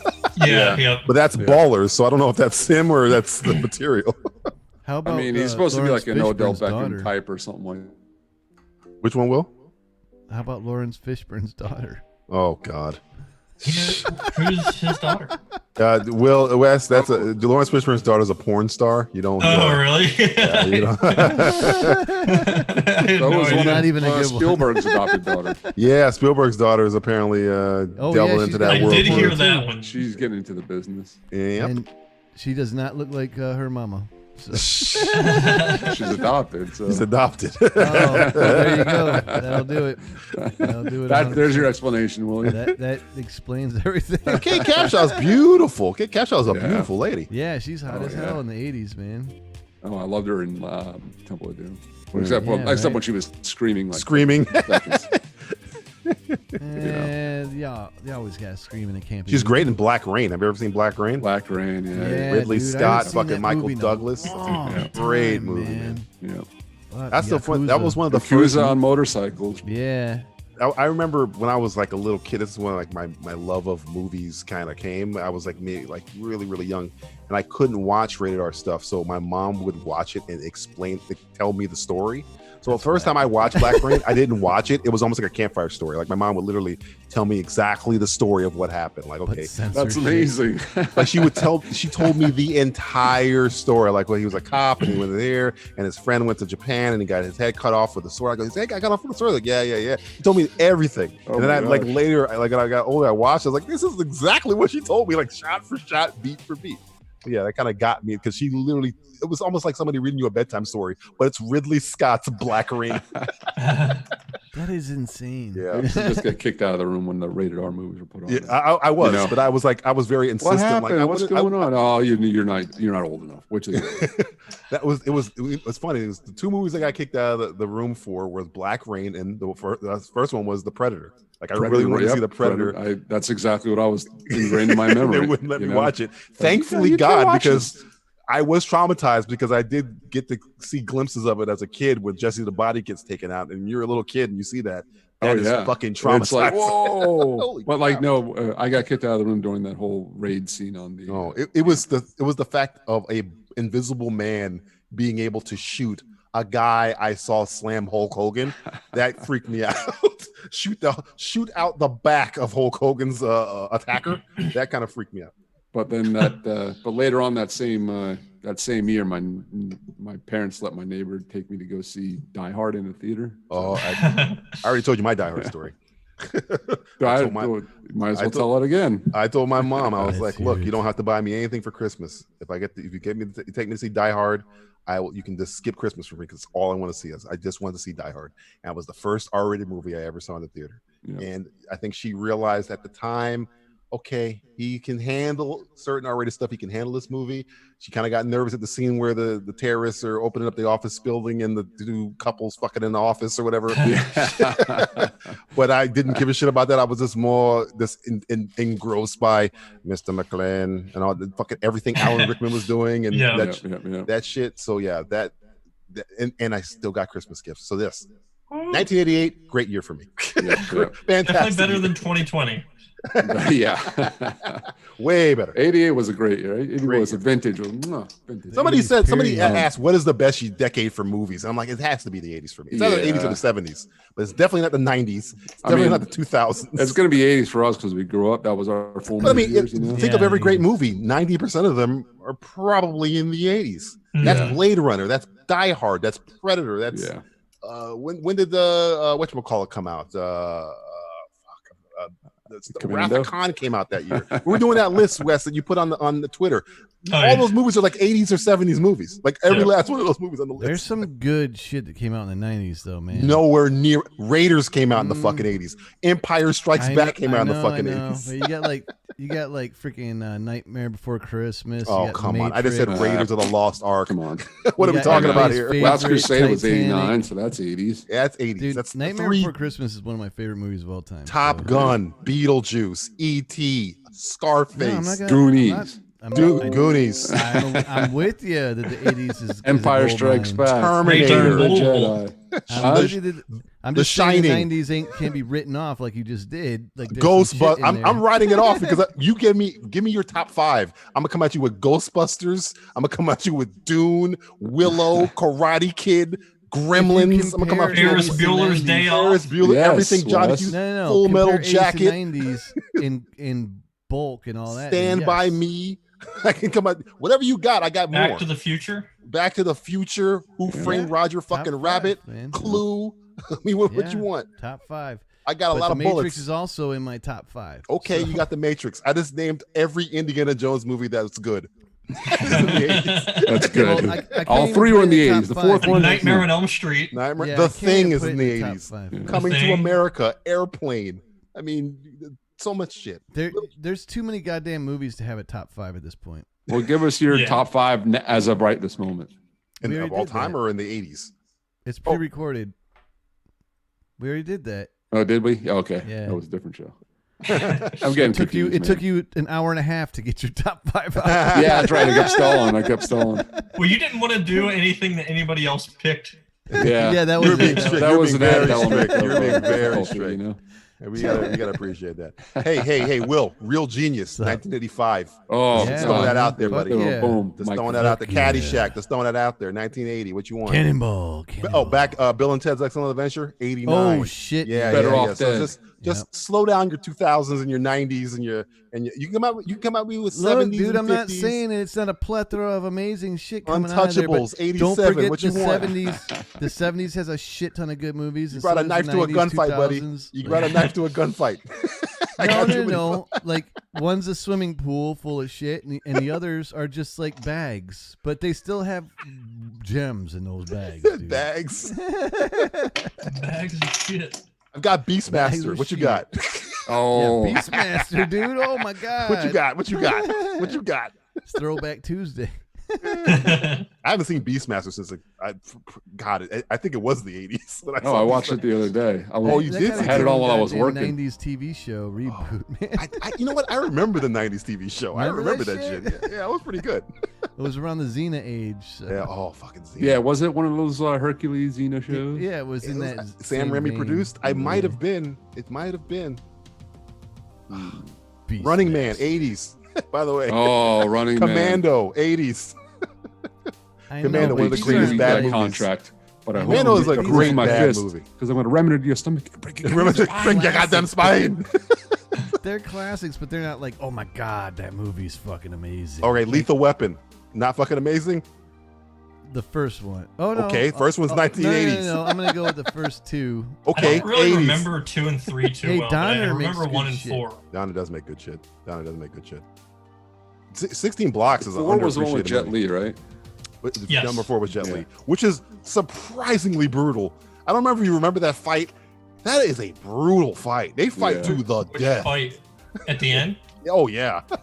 Which one? Lethal Weapon 4. It's a comedy, but man, that Jet Li fight is like the most brutal fight I've ever My seen. favorite part is when fucking old boy picks him up like With Danny the Glover spear in picks his him up, chest, like, right? Yeah, and just like manhandles him like a small rag doll. I'm like, God, yes. I was like, wasn't there jokes like 5 minutes ago? Now I'm watching Like, somebody use, get use your impaled. opponent's weight against them when they're so big that you can't even affect. Mel their- Gibson is like- gutting him with a fucking rebar. I stick. know.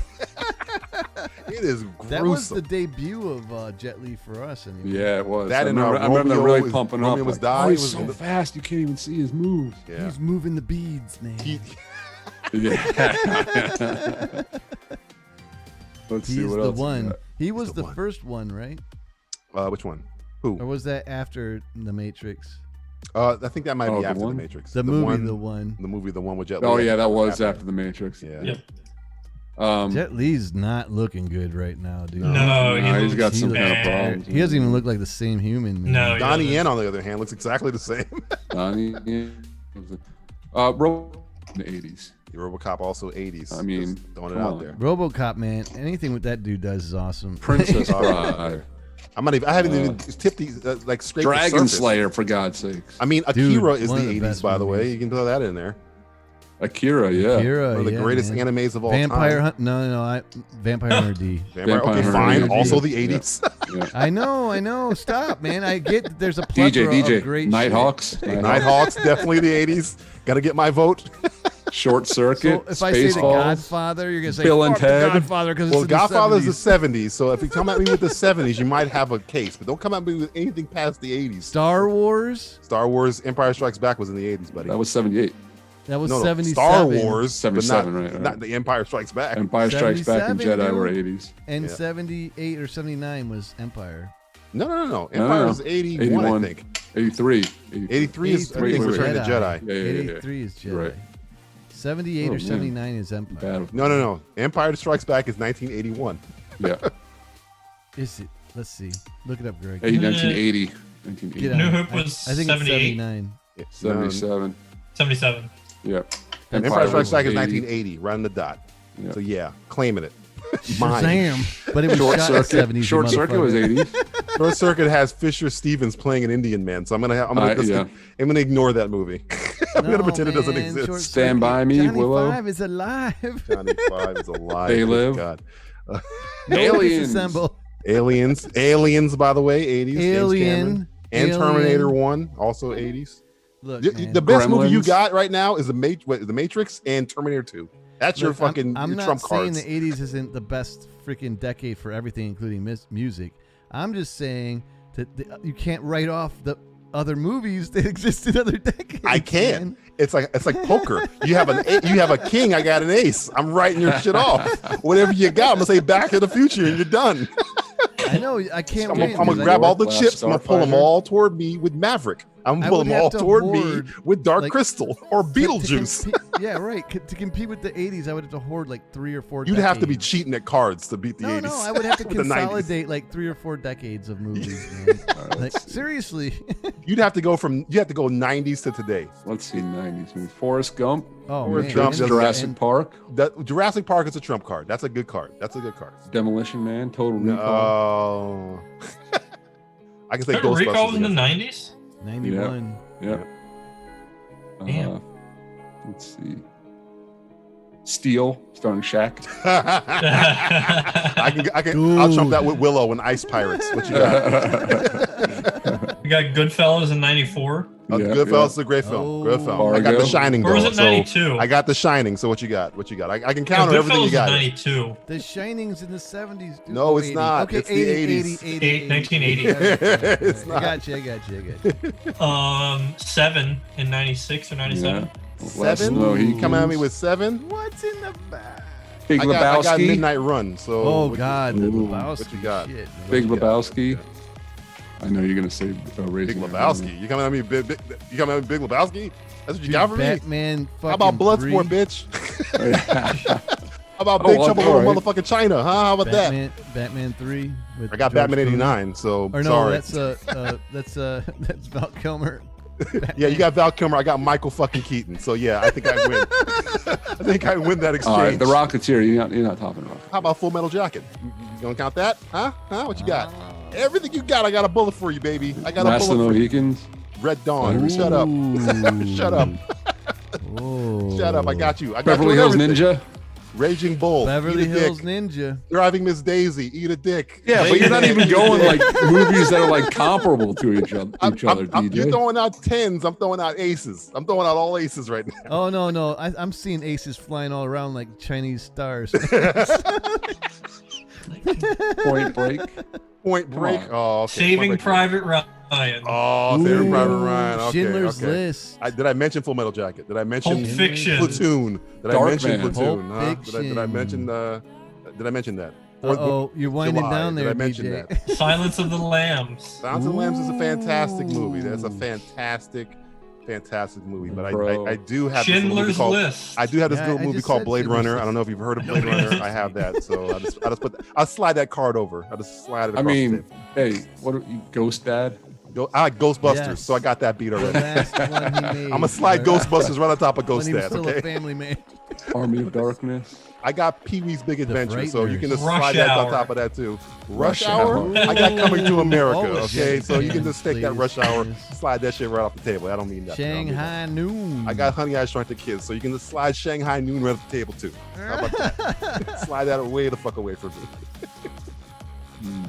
There's nothing. Sneakers. You got nothing, baby. Sneakers. Empty. Come on. Sneakers. Oh, Sneakers. that's one of Old Boy's last movies, man. River Sneakers. Phoenix. Sneakers. Is I got Lean on Me. fantastic. What you got? What you got? What you got? What you got? I got Black Joe Rain, by the Young. way, which I just mentioned Black earlier. Rain, yeah. Black Rain. And Labyrinth. So yeah, I got David Bowie's Codpiece. So what you got for me? Natural Born. I got Hard to Killers. Kill and Marked for Death. Oh, you're gonna go with Natural that Born one. I got Killers. Commando beats those two. Conan the Destroyer beats that. Oh man. When did Shawshank? Shawshank's Shawshank 90s. was That's a 94, good. 93. Yeah, that's That's 90s. 90s. Yeah. I got Once Upon a Time in America. I got Running Man. You do have Running Man. We have Total Recall. You do And have Red Total Line. Recall. You do have Total Recall. I got Little Mermaid. What you got? Lion King. I got First No. Blood. Lion King's good. That's a good card. He did pull. See, Will did pull. He pulled I the got king First right Blood there. That was Part a good 2. spades right there. It's a hard card right there. Fargo, Fargo's good. The Usual Fargo's good. Suspects, Yeah. Usual Forrest Sus- Gump. Good. Usual Suspects very good. Very good. Very good. Okay. But I told you I mentioned Shining, Full Metal Jacket. I know you're repeating in the yourself Platoon now. movie, You in the gotta- Breakfast you Club. You gotta, So- you gotta pull some more shit out there. It's I like, mean, say anything. Say anything. I mean, I could say Roadhouse and just be done with this whole You conversation. could say anything that has to do with. I could just end this whole thing with a kick from Patrick Roadhouse. Swayze and just be But done did with it. the Braveheart. 80s bring you Jack?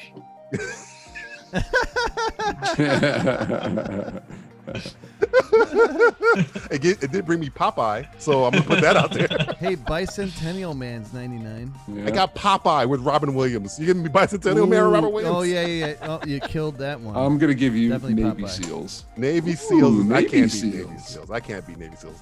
But I do have this movie called Batteries Not Included, so I'm gonna slide that one there too. Ooh, I love that movie. I'm gonna slide that one right on top. That's Truman good. Show. Oh, Show. Truman Oh, Show, huh? that's a good one, man. That's a Truman good one. Show. Okay, Ace all right. Ventura. Let me think. I got Fight Secret Club. of Nim, which is one of my favorite movies. Ooh, How about Harry and Pro. the Hendersons for your fucking Truman Harry Show? and the Hendersons. How Hunt for about that? October. Huh? You know you watched Harry that and movie the 45 Hendersons was times. the 90s. That's the 80s, baby. Yeah. Oh. Hunt for Red October. I Heat. got Big with Tom Hanks, the greatest actor of our generation. Hunt for What do you got- October's what do you got for 91, Heat? isn't Heat? What do you got? Let me Heat. think. How about Yes. Cobra? like a little sly in your ointment, a little sly in your ointment. How about that? Hey, What about DJ Miller's Talk, Crossing? Hey, brother? Greg, I got red heat. Oh, How about there red you go. heat? I'll put some Arnold in your heat. How about that? What do you got for Miller's Crossing? I want to go. Oh, I got Barney Miller. Barney Miller. That's not even a movie. Screamers. Screamers is not a good movie. No, it's not. That's not a good movie. It's not. But yeah. Oh, I got Flash Gordon. So Did somebody say Heat? Yeah. yeah, you Yeah, can say. yeah, we said. What about Deep Blue Sea? How about Twins? Deep Blue Sea. Oh no, you got Deep Blue Sea. I got The Abyss. We have From Dusk Till Dawn. There you go. I got Road Warrior, so I'm gonna every go Road Quentin Warrior over Dusk Till Tarantino Dawn. movie. I got Road Warrior in my Reservoir pocket. Dogs. We have Blade. I've got There you Cocktail. go. Mars I got Escape Attacks. from New York, so The that kind of Game. beats your Blade. We got Escape yeah, from for LA. real. How about that? Oh, fucking Escape from LA. Don't we have to return to New York? Clerks. Clerks? I've got an underrated movie called Roxanne, starring Steve Martin. Oh yeah. There you Oh, And I she got love that movie involved too, in man. These are Very some saw that good one. with Daryl Hannah. Speaking of Daryl Yes. Hannah, I also got Splash with Tom Hanks, the greatest actor of our Yeah. generation. Speaking Let's of, slide that man. also on the table. The But Nutty we have Professor. Kill Bill. Oh no, you that's go. 2000. God damn it. 2000s, yeah. You gotta Yeah, pick a God generation, damn it. baby. You gotta pick a Unforgiven. generation. Dang it. Unforgiven. Nobody wants to mention Titanic though. I know. I mean, Yeah. that Titanic It was in the the highest very grossing beginning, movie of all dude. time for a very long And time. Pulp Fiction. Yeah, for like I got 15 Octopus. years, so, 20 years. I'll put 10 Octopus Things I in Hate this. About You. I got Crow. Ooh. So I'm Groundhog Day. I'm put the The Moonwalker. 90s brought us Biodome, guys. Yes. How about American Sciatica. How about, American Pie. how about Beverly Hills Cop? You ever seen that movie called Beverly Hills Cop starring Eddie Biodome. Murphy? got that one. Right there. I mean, Will's kind of singing the song right now, so I'm assuming he's heard of. Oh, I also have the greatest movie of all time, Greg. So whatever movie you're about to say, I have the greatest movie to beat it. You know what it is? You know what it is, Greg? And you know it is. It's Rocky IV. So that's what. Close your fucking laptops. I fucking Yeah. ended the Cold War by beating Drago. Drago! He did. He fucking ended the cold fucking war, okay? Thank you. He could end COVID virus if he was in a fucking ring right now. DJ's like the Love Bug 70s version. We're in the 90s, dude. Yeah. Howard the Duck is gonna go throw a love bug at me. Howard the Duck. George Lucas is Howard the Duck. The Love Silence Bug. of the Lambs. Silence of the Lambs. I got Remo Williams, one of my favorite movies. Oh, yeah. Oh, Love that's a Remo good, Williams. that's a Oh, good Remo point. Williams Love is an Remo Williams. unsung hero, man. Love that movie. That is a great I always flick. thought there was a previous movie because It's a it was comic like book. like It's the a comic return book of Remo- called the Destroyer, and it's about Chun and how he got. I always wanted, if I ever had like money, I would remake Remo Williams because if you look at it on Yes. paper, it Sure is a Yep. cop who is trained to be a assassin by the government. Yeah. On paper, by a martial artist who uses a martial art that he can punch through metal. So yeah, you can make a movie Yeah. of that. Not only that, but that was made when the But you gotta Statue keep of the Liberty comedic was under elements to it, though. construction and was covered in scaffolding. And I would get my boy from the diabetes commercials to be back in the movie. I'm getting him. Yeah. Wilford Brimley. I'm getting Brim. Brimley's getting back in here. He's still alive. Get him in there. Do you have diabetes? Diabetes. You got some diabetes.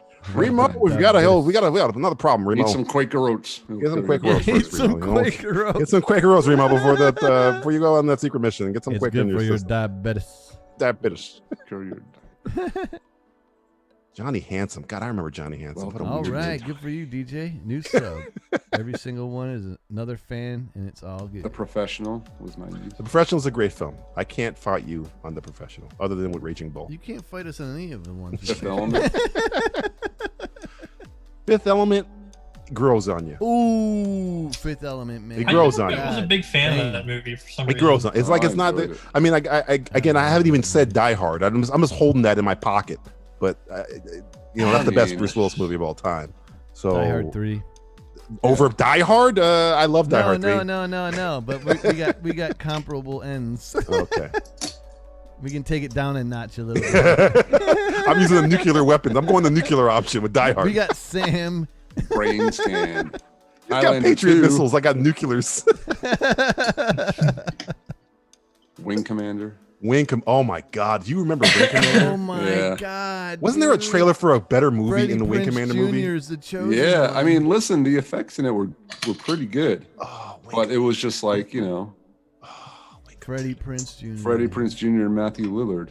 I got Golden Child, so Golden Child. Yeah, I saw that in the theater. Oh, I love that shit, man. What's his face? Eddie Murphy hates that fucking movie. He does? I thought he would love that movie. Why? Is that Charles Dance also in that movie? By the Hates way, that movie. Like, why? What's the reason for that? I can't remember exactly what it was, but like every time anybody brings it up, he says, "I cannot fucking stand it." I think it was something about the Nepal thing and a whole slew of stuff. He got forced into it, or he thought it was gonna be something else that it wasn't. And, I think he's great in that movie too. I love it. I want the knife. give me the knife. Here's an article. Eddie Murphy reunites a child star from Golden Child. Who's a woman, by the way. Who's a woman. Really? Yep, yeah, that I didn't fucking know that. Yeah. Didn't know that shit.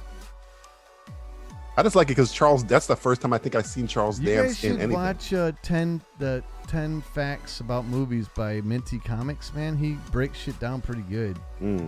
They're like 15-minute segments. He's really good at it, man. He just brings up crazy shit about 80s movies and shit. Have you ever seen the fuck is the name of this movie? Oh god, it's gonna kill me now. It's an 80s movie. It's Battle Beyond the Stars. Have you ever seen that movie? Oh yeah.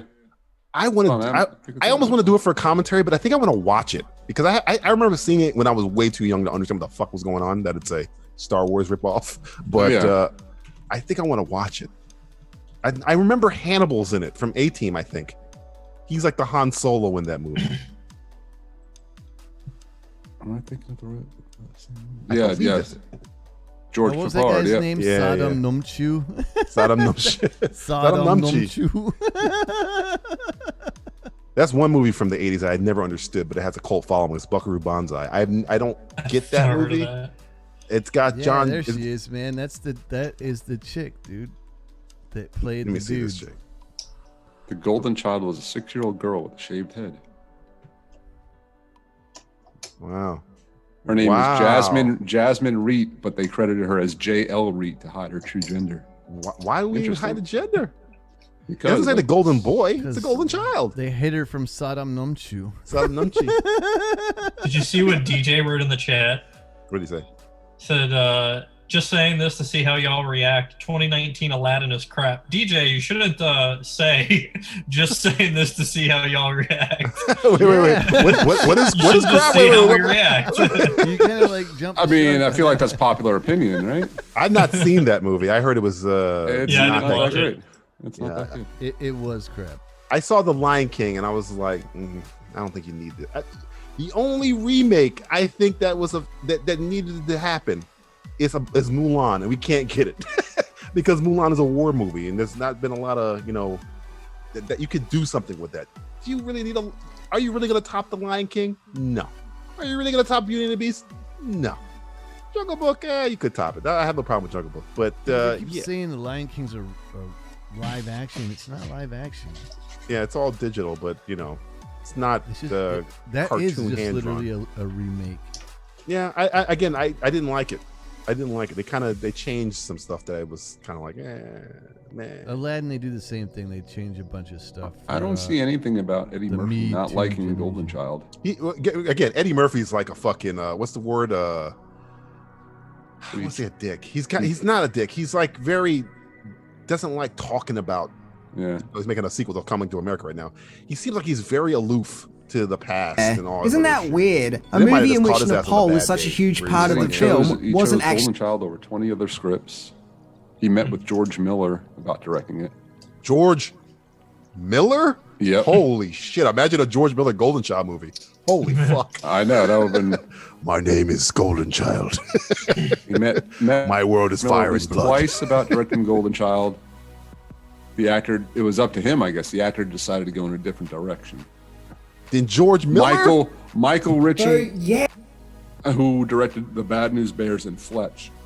Over George Miller. George Miller did Babe, man. You could have picked George Miller. He could have kidded it. Maybe he didn't think he probably just saw Road Warrior and was like, no, this guy can't do that. He can't do shit. That'll do, pig. That'll do. You can't say no to George Miller. That's a fucking I want him to make the thing that pisses me off is that guy is literally a living genius, and he doesn't have that much longer left. God willing he lives forever, but Jesus, make many movies, George Miller. Yeah, please. many Mad Max movies as you can. Come on, man. I just, oh. I was listening to somebody talk about the making of Fury Road, and they were like, nobody thought that it was going to be good except for George. Like Tom Hardy and Charlize Theron was like apologizing to him at the premiere. Yeah, apparently and shit. Tom Hardy, he's not really notorious for being like hard to work with or anything, but he was like so frustrated that he kind of became an asshole. Yeah. And he I heard even he stayed in later, character the whole time. Yeah. He even admitted later that he was kind of an asshole because he was so frustrated that he just thought the movie was going to be terrible, and George had no idea what he was doing. But he was just on like a completely different level than everybody else. I would love to like listen to them I now about like. Yeah, I know, right? I mean, because that movie is you got to give George Miller. Art. Yeah, you got to give George Miller's wife credit for editing that thing. You heard what happened with Mad Max, the first one, where they wouldn't give him money to finish editing the movie, so he edited in his kitchen. They were gonna I didn't hear that. They were gonna release it as is, and he was like, "No, I'll just edit it myself." And he just took that much more time, and he edited it by hand in his kitchen. Wow. The first fucking Mad Max movie. I'm like, God damn, this fucking guy, and he's a doctor. George Miller's a fucking doctor. He's a proctologist. He's a proctologist, man. He's been sticking shit up people's asses for years. No, and I don't know. I just made that up, dude. I don't know. No, I'm joking. I think he's actually like a surgeon or some shit. He's way, way smarter than you. But he's doctors of every. You can be a doctor of freaking fungus. Like he's a doctor of thugonomics. He's still one of the greatest fucking action directors I have ever seen. People ask me like, "What's the greatest action movie of all time?" I say Die Hard, and I go, "The only thing that tops Die Hard to me is Mad Max Fury Road." So from 1988 to 2015. Different types of action, though. But no, I'm saying there's only two movies where I was like, hey, you want to see a movie that is an action movie that actually has a story to it? I show them Die Hard. You want to see another one? I'm going to show you Mad Max Fury Road. You can show them Transformers where shit's blowing up. There's no fucking story going on there. No fucking story. Really I love John Wick. The last couple Mission Impossibles. Mission Impossible is excellent. That's Christopher McQuarrie. He's excellent. Yeah. I love Fallout, but Fallout ain't no Fury Road. Yeah, I was just watching Fallout today, and the fight scene in the bathroom is brilliant. Yeah, that movie should have been nominated for Best Picture. It's because of that year, just in terms of like nominating movies that are like, that movie is. I don't know anybody that said a bad word about Fallout. Mm-hmm. Everybody loves that fucking movie. Yeah, that was the debut of Miscast Entertainment. That movie. Was it the first one we did? Yeah, it's the very first. I can't remember. I'll bring it up. It's quite funny. DJ said, I personally think Endgame was the best movie of 2019. 2019? Yeah. I go Jojo Rabbit. And I still have not seen that one. 1917. Those are my two. Endgame is up there. Parasite. Sorry. Parasite. That's my three. Yeah, no particular order. Parasite, Jojo Rabbit, 1917. For me, Parasite, 1917, and Uncut Gems. Uncut Gems, I got ruined for me. So I have. Oh, really? I walked in the theater as it was ending, like the last scene. So I was like, oh fuck. I don't want to say what happens, but I was just like, oh man, I haven't seen 3 of those movies. You haven't seen Parasite? Nope, I haven't seen Parasite. I haven't seen Uncut Gems, and I haven't seen Jojo Rabbit yet. Watch Jojo Rabbit's. I need to. Acquired taste. I don't know why I keep putting them off, but. Did you ever see Hunt for the Wilder People? Oh yeah. It's that kind of like, it's funny in terms of bad shit happening to the umpteenth degree, where the kid's like adopted and fucking Hunt for the Wilder People, and this fucking the horrible shit happens, but you're still laughing. Mm-hmm. Jojo Rabbit's kind of like that to 11, to where really horrible shit is happening.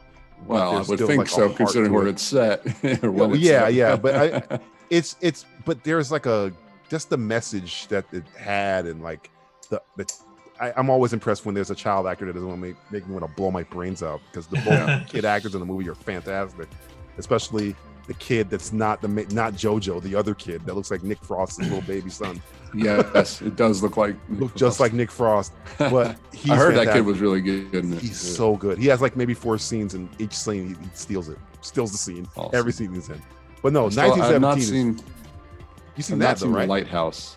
Lighthouse is weird as fuck. I do need to watch that one. It's not bad. It's just it's a weird one. I think Will would like it because it's got some Lovecraftian elements. I like the acting. Oh no, William.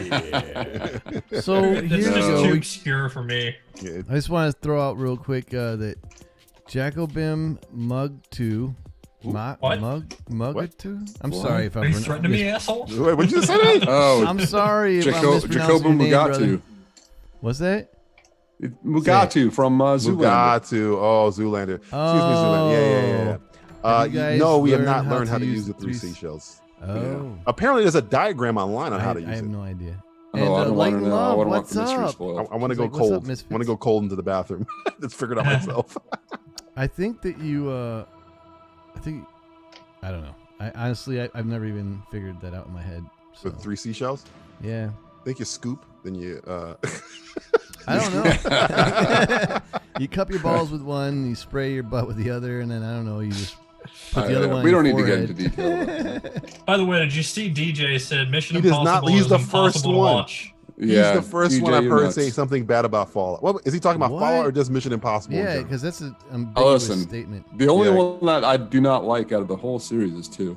I think that's one of the few 2 suck. franchises they get better. And even though I prefer Rogue Nation at story-wise to Fallout, I think Fallout is just a fucking fantastic action movie. I just like Henry Cavill's awesome in that movie. Henry Cavill's great, but I mean, Rogue Nation gave me Which Rebecca one was Ferguson Rogue for the Nation? first time. That's the one Rogue that came out Nation right was before. 4 or 4. okay? it No, was 5? Ghost Protocol's 4. sequel. Ghost Rogue Protocol's Nation's 4. 5. Oh, gotcha. Rogue Nation Fallout is 6. the prequel. For some to reason, I Fallout. can't keep the names straight of like Yeah, what 4 they're and hard. 5 was. Because Rogue They Nation are. has fucking your boy in there for the first time, Solomon Lane. He has that whisper voice. It's coming. It's coming, Ethan. That shit. That guy's fucking voice is so. He's in the damn Timothy Chalamet movie, Greg. He's Aren't the fucking. last Yep, 3 he's a king. trilogy?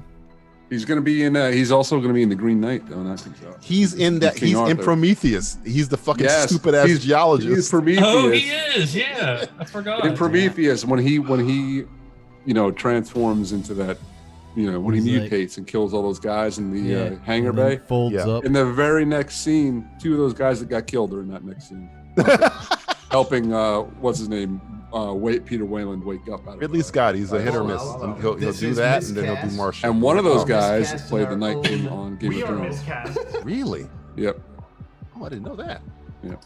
But yeah, I think to me, Rogue Nation. If I rank my Mission Impossibles, it's Rogue Nation, Fallout, Mission Impossible 3, Ghost Protocol, Mission Impossible 1, and then Mission Impossible 2. Which See, I can't even saddens keep me. track of the names to rank them right off the top of my head. Ghost Protocol is Brad Bird. That's the one where he's on the building. Rogue Nation is Rebecca Ferguson's first movie where he's on the side of the plane. Yeah. Mission Impossible 3 is do you have a wife or a girlfriend? Because I'm gonna find her and I'm her. That's that Oh, fucking Philip yeah. Seymour Hoffman shit. And Mission then Impossible 3 was good. Mission Impossible 3 has the best villain of all. of Yeah, it them, has other the than brain bombs.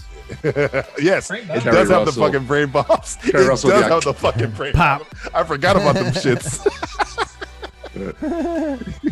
You've got an explosive device in your car. Electrocute me or my shit would blow up. So that's when Philip Seymour Hoffman is like walking through the movie with this "I don't give a fuck" attitude, where he's like, "You got an explosive." Well, device. we got to take this off the screen here. Does that sound familiar? I want to play it, but you guys won't shut the fuck No, up. I don't want you to play it. It's the first scene ever of Miscast, and it's about Mission Impossible. We are Miscast. Center miscast. There has to be better looking, smarter people to be able to I do don't know, this. man. Nobody better looking than me. Yeah, hey, this is JJ, this is Greg, I'm William. Welcome to the inaugural episode. First episode I ever. always said in the beginning that the Cheers. first episode would be the Cheers to super you cringe guys. episode. In this episode Oh, and in totally the is. future, we'll be talking about movie news, movie reviews, and just plain movie whatever. I mean, Everything movies. everything movies, Got constantly. about 30 years between us of writing about movies, researching movies. Movie geniuses. Yeah. Watching the I don't same even recognize movie you, Greg. Love movies. and Yeah, all well. the movies. Yeah. All of them. We're just Every movies. movie. Yeah, movies straight What out are of you? town.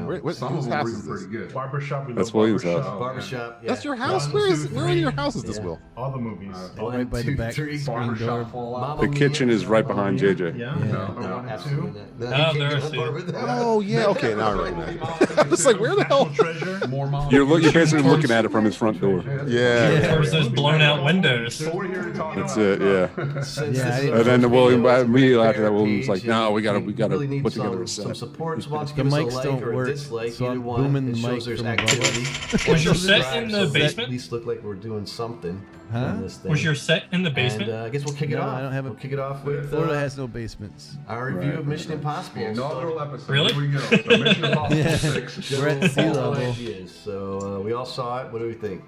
Yeah, I that's love right. it. Those I thought it mics were not hooked up. incredibly You had, No, they're total props. you had a man. boom mic. action-packed. I had the road enjoyed above the us on a callbacks boom. to the previous episodes. I like that it was a direct sequel. You know, it incorporated everything from Rogue Nation. Those mics aren't hooked up. You got Rogue labs Nation on, was don't one, you? Yeah, Rogue Nation. It was the first. Did we have No, a no time they lab. actually followed Boom through mic. with the storyline, right? Yeah, So, and Christopher. God, dude. What month was this? This was what? July May? 31st, July? 2018. We had just seen Rogue Nation, and we planned for the inauguration of the channel to be for that movie. Oh, really? I'm sorry, Fallout. I'm sorry. Yeah, I think I was. Did you guys see it in IMAX? I saw it in IMAX. I did. I had one of the Yeah. worst movie experiences ever. Watching from no. that. Where All the right, hell were well, you I watching? mean, that's enough of this. Ever since his debut in the Phantom. Oh, What did you say, turn it DJ? off. You guys were 7 What seconds happened? Oh, so anytime, so our theater was insanely crowded, right? But this guy that was kind of like catty corner from us, anytime there was a dialogue scene, would just whip out his phone full brightness and just be sitting there reading. An action scene glued to the screen. Oh my And God. finally, my fiance was like, "Can you put your phone away, please?" And this guy, instead of just doing that, started an argument with her Oh God. and was like, "Why don't you just shut up?" What? Wow. And Oh, yeah, scumbag. and so my fiance was like, "If you're not going to watch the movie, why are you even here?" And so for the rest of the movie, anytime there was a dialogue scene, he would pull out his phone and wave it in the air. Oh, what a jerk! I should have got Yeah. the usher, man. I'd have fucking Yeah. kicked that Well, mother out, man. Somebody got a. I don't know if this was like a mistaken identity thing, but when the movie was ending, somebody got hit in the face with a plate full of nachos. Jesus Christ, where the hell did you see this movie? You were in Thailand when you saw this movie? This sounds like a fucking a prison plan. Where the hell are Yeah, you? it was ridiculous. And it wasn't that guy either. Oh no! The shit was. Jesus.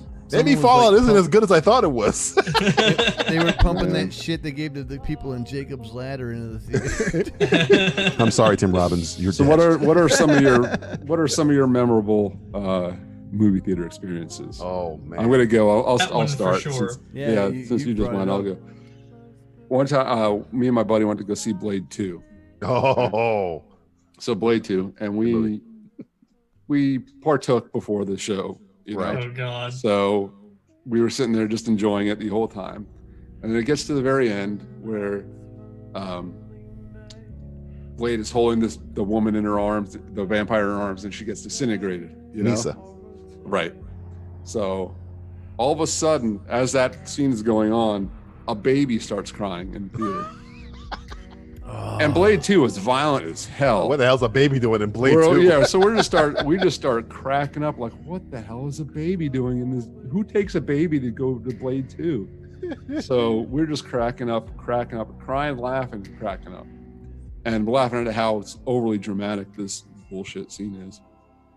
And then I turn to my friend, I'm like, people are gonna think we're crying because this chick is dying in this scene. And we just start cracking up even more, crying even more. And then anyway, that's my story. That was one memorable experience. Yes, But, DJ, you know, I filmed that in my attic. A baby? Who takes a baby to Blade 2? I guess they couldn't find a sitter, man. But Rated, you know, rated R. Blade what 2, time of people day getting was it? cut What in time of half. day was it? It was early afternoon. Yeah, Late after afternoon, I guess. after 6 o'clock, Something you like can't that. bring a baby to an R-rated movie. By the way, you're unallowed by the MPA. Well, is that true? That is very factual. Trust me, Oh, my it is a Yeah, it's a fact. In all my life of decades of this movie going experience, I have yet to see anybody enforce that rule. Yeah, all you got to do is go up to Right. fucking people in the front and say, "There's a baby in the theater. Oh, you need to no, remove them," and they will remove them. That is a well, fact. I guess it I've had depends to on where remove you're people from theaters with babies before. I believe you. Oh, sorry. Oh man, You I had have an awesome theater then. I can tell y'all many stories about movie theater experiences on the administrative side that will Yeah. fucking chill you to the Well, bone. you can only pick one though. You only pick Okay, one. I was closing the theater down. It was Venom. I think it was Venom. It was out, and I'm the manager of the theater, so I'm sitting there counting the money. I'm in the safe, and somebody calls me on the radio, and they say, "Mr. Valentine, come to blah blah blah blah blah blah blah." So I come outside, and it's one of the ushers, and she is fucking freaking out.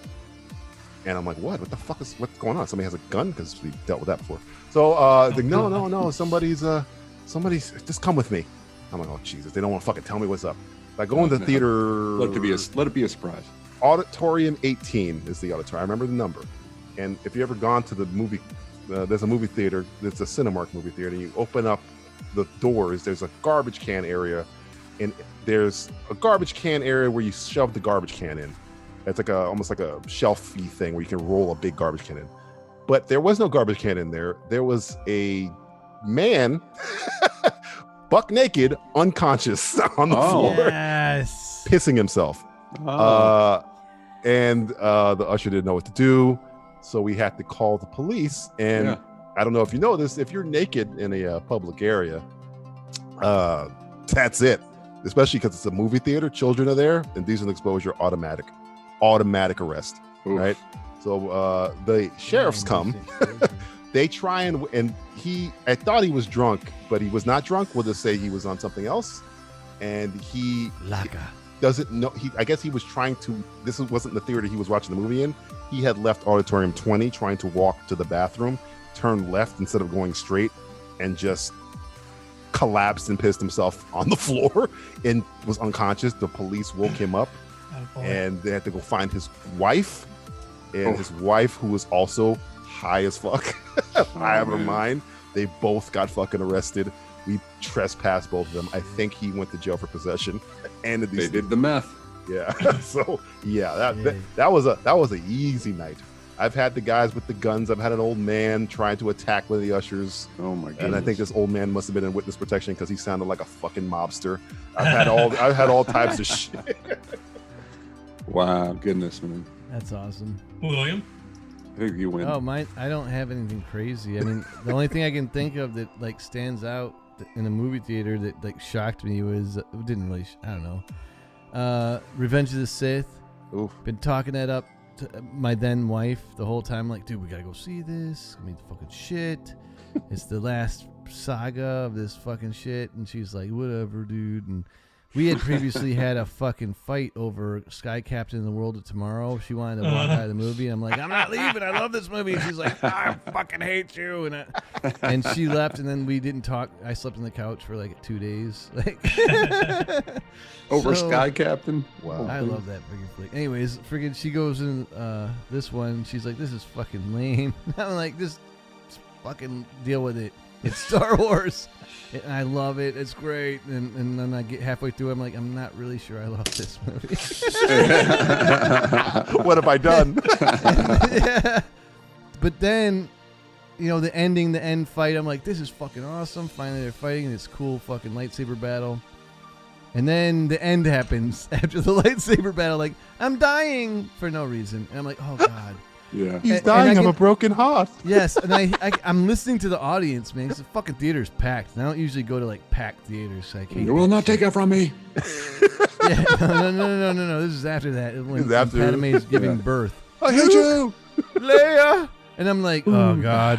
And then when Vader comes up in that freaking Frankenstein thing, and he stands up and he breaks his bonds and goes goom, goom, just like Frankenstein.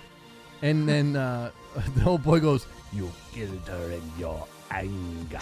Yeah. The whole or when Vader goes, "No!" and everything starts smashing, the whole fucking theater erupted in mad laughter. Like it was so loud. It was like an audience of like a late night show. It was like, even I was laughing. I was laughing because I was like, she's gonna kill me, and I look over at her, and she has no smile on her Oh face. no! I mean, just enjoy yourself. Oh. I was like, oh shit, I'm gonna get divorced, and then I got divorced. So you blame Revenge of the Sith, don't you? Don't you, Will? I blame part of the divorce on Revenge of the Sith. That's all I got, man. Nothing crazy ever happened. Revenge of the Sith. Good God. Oh my goodness. But of all the things to get angry about, Sky Captain tomorrow. I'm sure you sat through some pretty shitty movies that you like too. It's not the first experience I've had with someone where they wanted to kill me over taking them to a movie. So Sky Captain was the first one. What's that, the deal? I thought I was gonna get shanked in the liver. The first one before that one was Castaway. What? My Wait, mom's what's like, going with Castaway? My mom's like, Billy, take me to a movie. It'd be fucking awesome. You know, I never get to go out to a movie. And I'm like, oh, this shit's coming out with Tom Hanks. It looks really fucking awesome. We go to see it. My mom's seething the whole time. She's like, she didn't like it. Why? When we get out, she starts screaming at the top of her head, I never get to go out. I never get to see a movie. And this is the shit you take me to. You didn't make it, Oh movie. my goodness. Dude, make the for movie? 20 years, she would not let it I mean, go. how old Did you tell her, hey, it got nominated for Best Picture?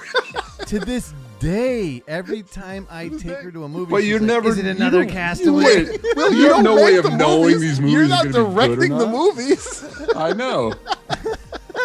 You go into these movies knowing it's a crapshoot whether they're going to be good or not. You know? I mean, I think Will was betting on a that good movie. pony. Yeah. He bet on a good hand. It's Sure. Tom Hanks. I yeah. think what pissed her off is when we got out of the movie, I was like, that was fucking awesome. And I turned around, she was like ready to fucking beat me down with her purse. Oh man, you got some bad luck. Jesus, there. I know some. I was on a show, literally on a podcast maybe a month ago about Castaway, and the guy was like, I think this may be my favorite Tom Hanks movie. It's not like Castaway is a shitty movie. It's up there. If man. it was It's a like good movie. Dragnet, I could be like, okay, I can see what you. No, I love Dragnet. But 80s movie, by the way. But I just want to go damn. in the manhole. I just want to throw that out there. You mean the That Virgin wasn't Connie one of Swale? Dan Not anymore. Aykroyd's finest. Oh God, I put on. I was dating this one girl, and I put on What We Do in the Shadows. Oh, great. And in 5 minutes, she was that's a like, great "What? one. What is this? What? What are you Was that making the me Christian watch?" It had to have been. I will not say. You will not confirm nor deny. No, I remember my friend Brandon had asked me. He asked me like very like nondescript. He goes, "Hey man, I'm about to go to the movies. What movie's good out right now?" I was like, Hey, Swedish Mom. I was like, Kill Bill Volume 1 is out. Watch Kill Bill Volume 1. And I'm like, trust me, it's fucking awesome. So he calls me back the next day, angry as shit.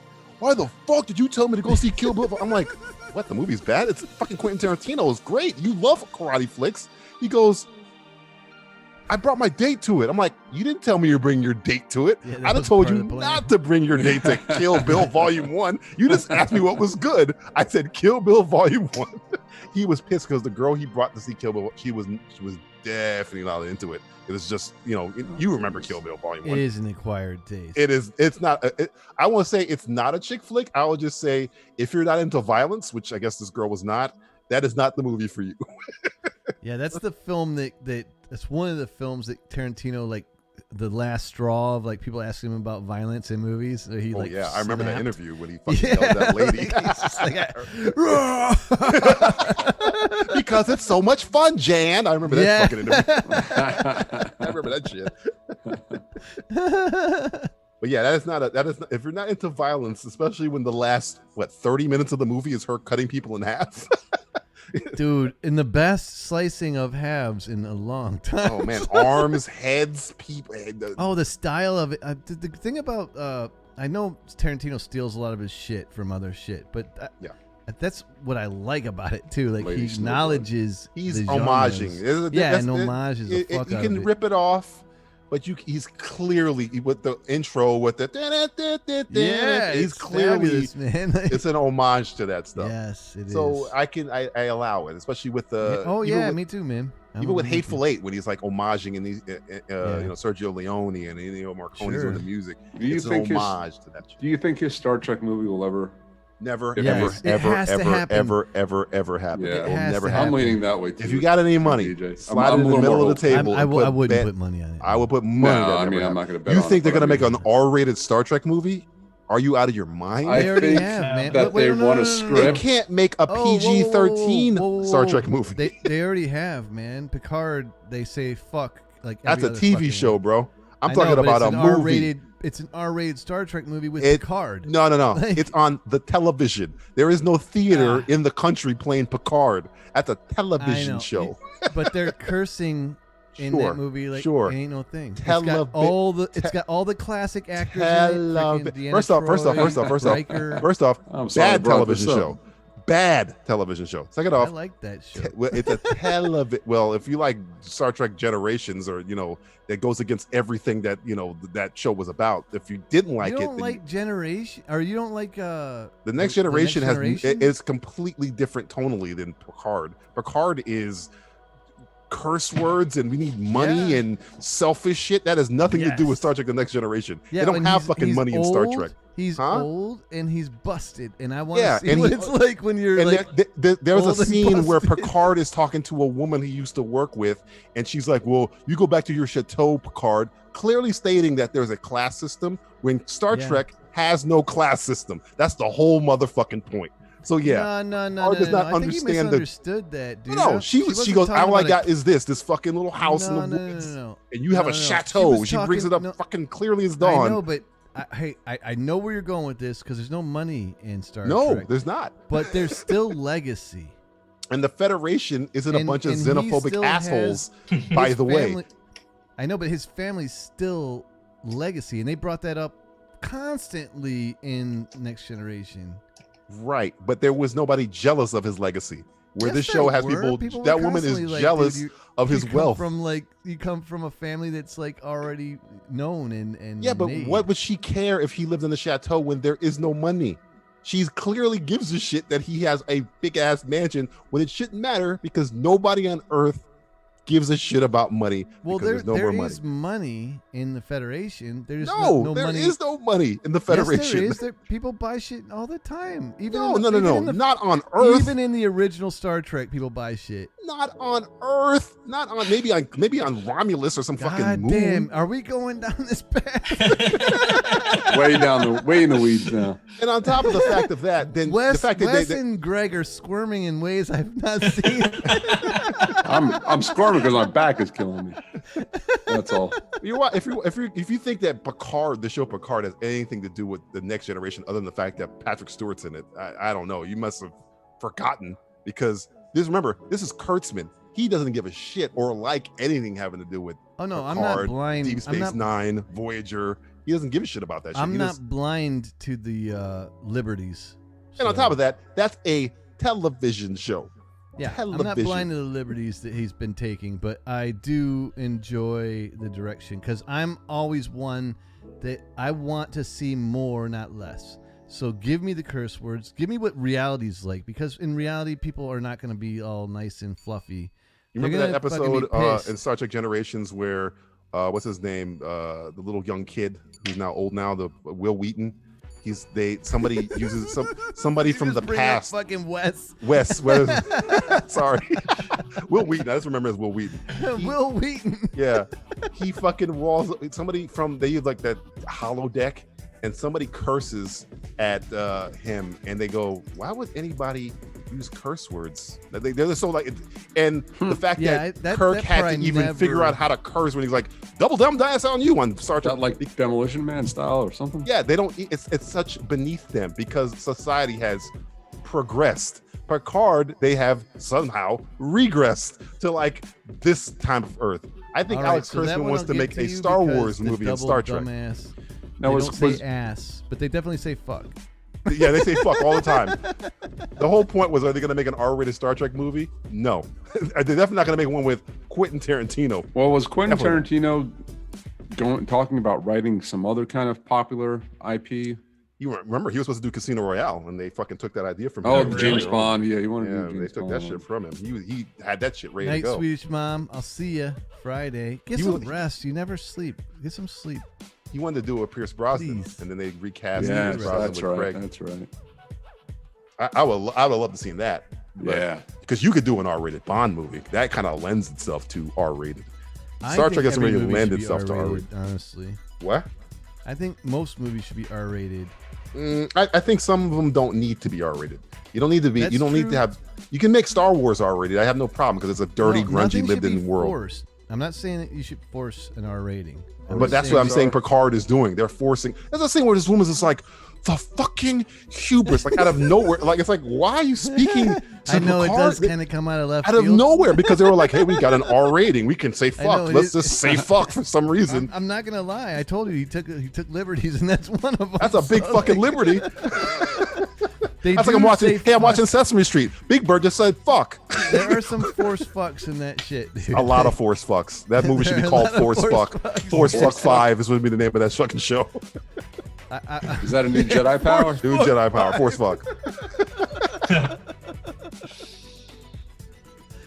That's what Palpatine did. That's why he has fucking Ray. He did some force fucking. God. Dude, Don't if get me Ray would have started been on that like, shit. fuck you, I'd have been okay with that. But again, Fucking cursing works more clones in and- Star Wars Yeah, than it works in fucking Star Trek. clones. Star Trek is a utopia. Star Wars is like a lived-in, dirty universe. Oh, that yeah. makes sense. Star Wars is like complete cesspool of The only infamy. reason why curse words wouldn't work or kind of don't work because it's not. That's an Earth term. Like when he says, "I see you in hell."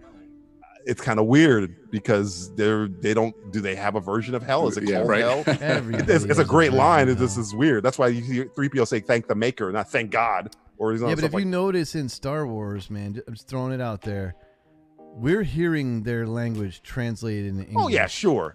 I when have you no see problem the with it. writing, it's not in English. No. I get it. It's basic. I know. I'm just saying it still kind of feels a little funny. I don't mind it. I love that line. Then I'll see you in hell. I love that shit. It's one of the greatest lines ever. It just made me go, huh? They have hell in the. I guess maybe it's their version of hell. Does Han Solo believe in hell? Is he just saying hell? It just makes my mind go in a different direction. But again, it fits because the it's English not version of their version of hell. Yeah. I'll see you in Nuptar. I've been made more. Whatever the fuck he's really saying, because we don't know what that language even sounds like. Sure. But yeah, again, Star Trek and cursing and uber violence. I mean, Wrath of Khan is probably going to be the closest I want to see Star Trek get to being super violent. Oh, I don't want to see. he would totally curse, man. Yeah, well, fucking Khan would curse. Yeah, Khan would curse out his ass. Well, Khan was a prince. I was a prince. He was an he's emperor, kind of right? above He, like, that. ruled Even him, he's above that. Admiral Kirk. He's not like, he's very highfalutin. Admiral Kirk. Admiral. I never forget the face. Have you seen my silky ponytail? Yeah, that scene Red Letter Media did a whole video about how horrible Picard is compared to they say they pretty much said what you're saying, which is if you don't give a shit about Star Trek The Next Generation, maybe you'll like it. But if those people, they're like super Star Trek nerds. They know that shit. Like they know episode numbers and shit. They're just like, this is nothing to do with Star Trek. Patrick Stewart's gonna be dead. Give it to him. He loves this fucking show. Patrick Stewart loves this show. Oh, Patrick Give Stewart's it to kind of him, man. Patrick Let Stewart him roll with it. He was in the Emoji Movie. He doesn't really say no to a lot of things. He played He's shit. in everything. He's He in literally fucking played Family shit. Guys and Rick and Morty. He's like everywhere, dude. He was in Excalibur. He's happy-go-lucky, Patrick Stewart. He's this. Yeah, I'm a knight. I don't really need to, be picky. It's fun, whatever. I know, but the dude doesn't have much time left. He's just having fun. Like, having fun. Well, Patrick Stewart's gonna outlive us all. Patrick Stewart's like fucking probably. He looks exactly the same. I think he stopped aging when Dune came out. So I don't know. He's getting a little thinner in the face.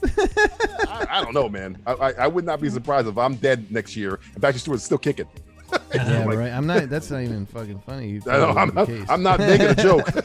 That's probably the case. He's living well. His best friend's your boy, Gandalf. So he's probably doing some fucking magic. Yeah, right. Ian McKellen. They're both ageless that keep staying old for they've been old for 20-some years. You won't age a day. Dude, I've been old since 1997. When's the last time you've seen young Ian McKellen? What's the youngest you've seen Ian McKellen? I think it's X-Men, the first one. It's the first one. That's what I'm saying. He was already old. He was already old. I've never seen young Ian McKellen before. 20 years ago, so they're like what, in their late 70s now? So Oh no, I think he's got to be 80 something, right? Oh, I don't know. How old are Ian McKellen? He's got to be 80. He was born in 1939. 39, so he's Oh, yeah, he's in his 81? 81. Yeah. Yeah, man, he's old, man. 80. God, Gandalf is 81. He's 80. The fuck? He'll be 81 at the end of this month. Yeah. Give me a second. I gotta fucking relieve this main vein. Let's see. How far Yeah, back does I Ian don't McKellen go? I don't know if they're ever going to do that. I don't know if they're going to ever do another Star Trek movie. It pisses me off because I think that cast is fantastic. Yeah, they're playing hardball with them with over the pay. And they should because they're fucking good. I mean, It sucks because like those movies don't make as much money as they should. yeah. Yeah. I mean, I love Carl Urban's Bones. Yeah, his Bones is really good. He nails it. Nails it. Even Simon Pegg's Scotty. I love his Scotty. Yeah. That's why I kind of like Ian Into McKellen's the Darkness. Last Action Hero. Remember that? He was in Last Act. Oh yeah, he's deaf, isn't he? Yep. Oh yeah, he was in that movie, but he looked old there. He did look old there. Him and like a Max von Sydow. He looked. Max von Sydow. He looked old in The Seventh Seal, for Christ's sake. Yeah, he was like 23 30 years old. Yeah. He's always looked old. Dude, so Gandalf was 62 when he said, "You shall not pass." Greg really just brought that up the long fact ago? that he's in Last Action Hero, and he still looked old. That's I think that's 93. like 90. That's 93. 93, yep. Yeah, Jesus. Speaking of Shane Black, didn't Shane Black write that? Oh, did he? I think he had something to do with it. Oh, let's see. Shane Black shall not pass. Shane Black was one of the writers. Yeah, see, I know my Shane Black. The Predator versus Gandalf. Oh man, that's another movie that should have done way better, and nobody saw it. Was Nice Guys. It's a good movie. Yeah. I watched half of that and fell asleep. Oh, you should watch it. You should And try I it never again, man. finished it, by the way. You should so try it good. again. It's good, man. It's That's so like the funny. last hurrah of Shane Black. I didn't think it was bad, but I didn't like get interested in it enough to watch it. Their chemistry is the movie. It's almost like I Kiss love- Kiss. Their chemistry is the movie. I love the part. Not really spoilers, but In the bathroom, the When bathroom they're- part makes me laugh every time. when they're having like the argument, well, not really argument. I don't want to give any too much away, but Go ahead. Ryan Gosling is having like this big moment, and the grandma's like, "So is my daughter dead or not?" And he's just like, "Yes." That's another. If you watch that movie, he is fucking Ryan Gosling. By the way, Yeah. hilarious in that movie. He's like every line he has really is good. fucking great.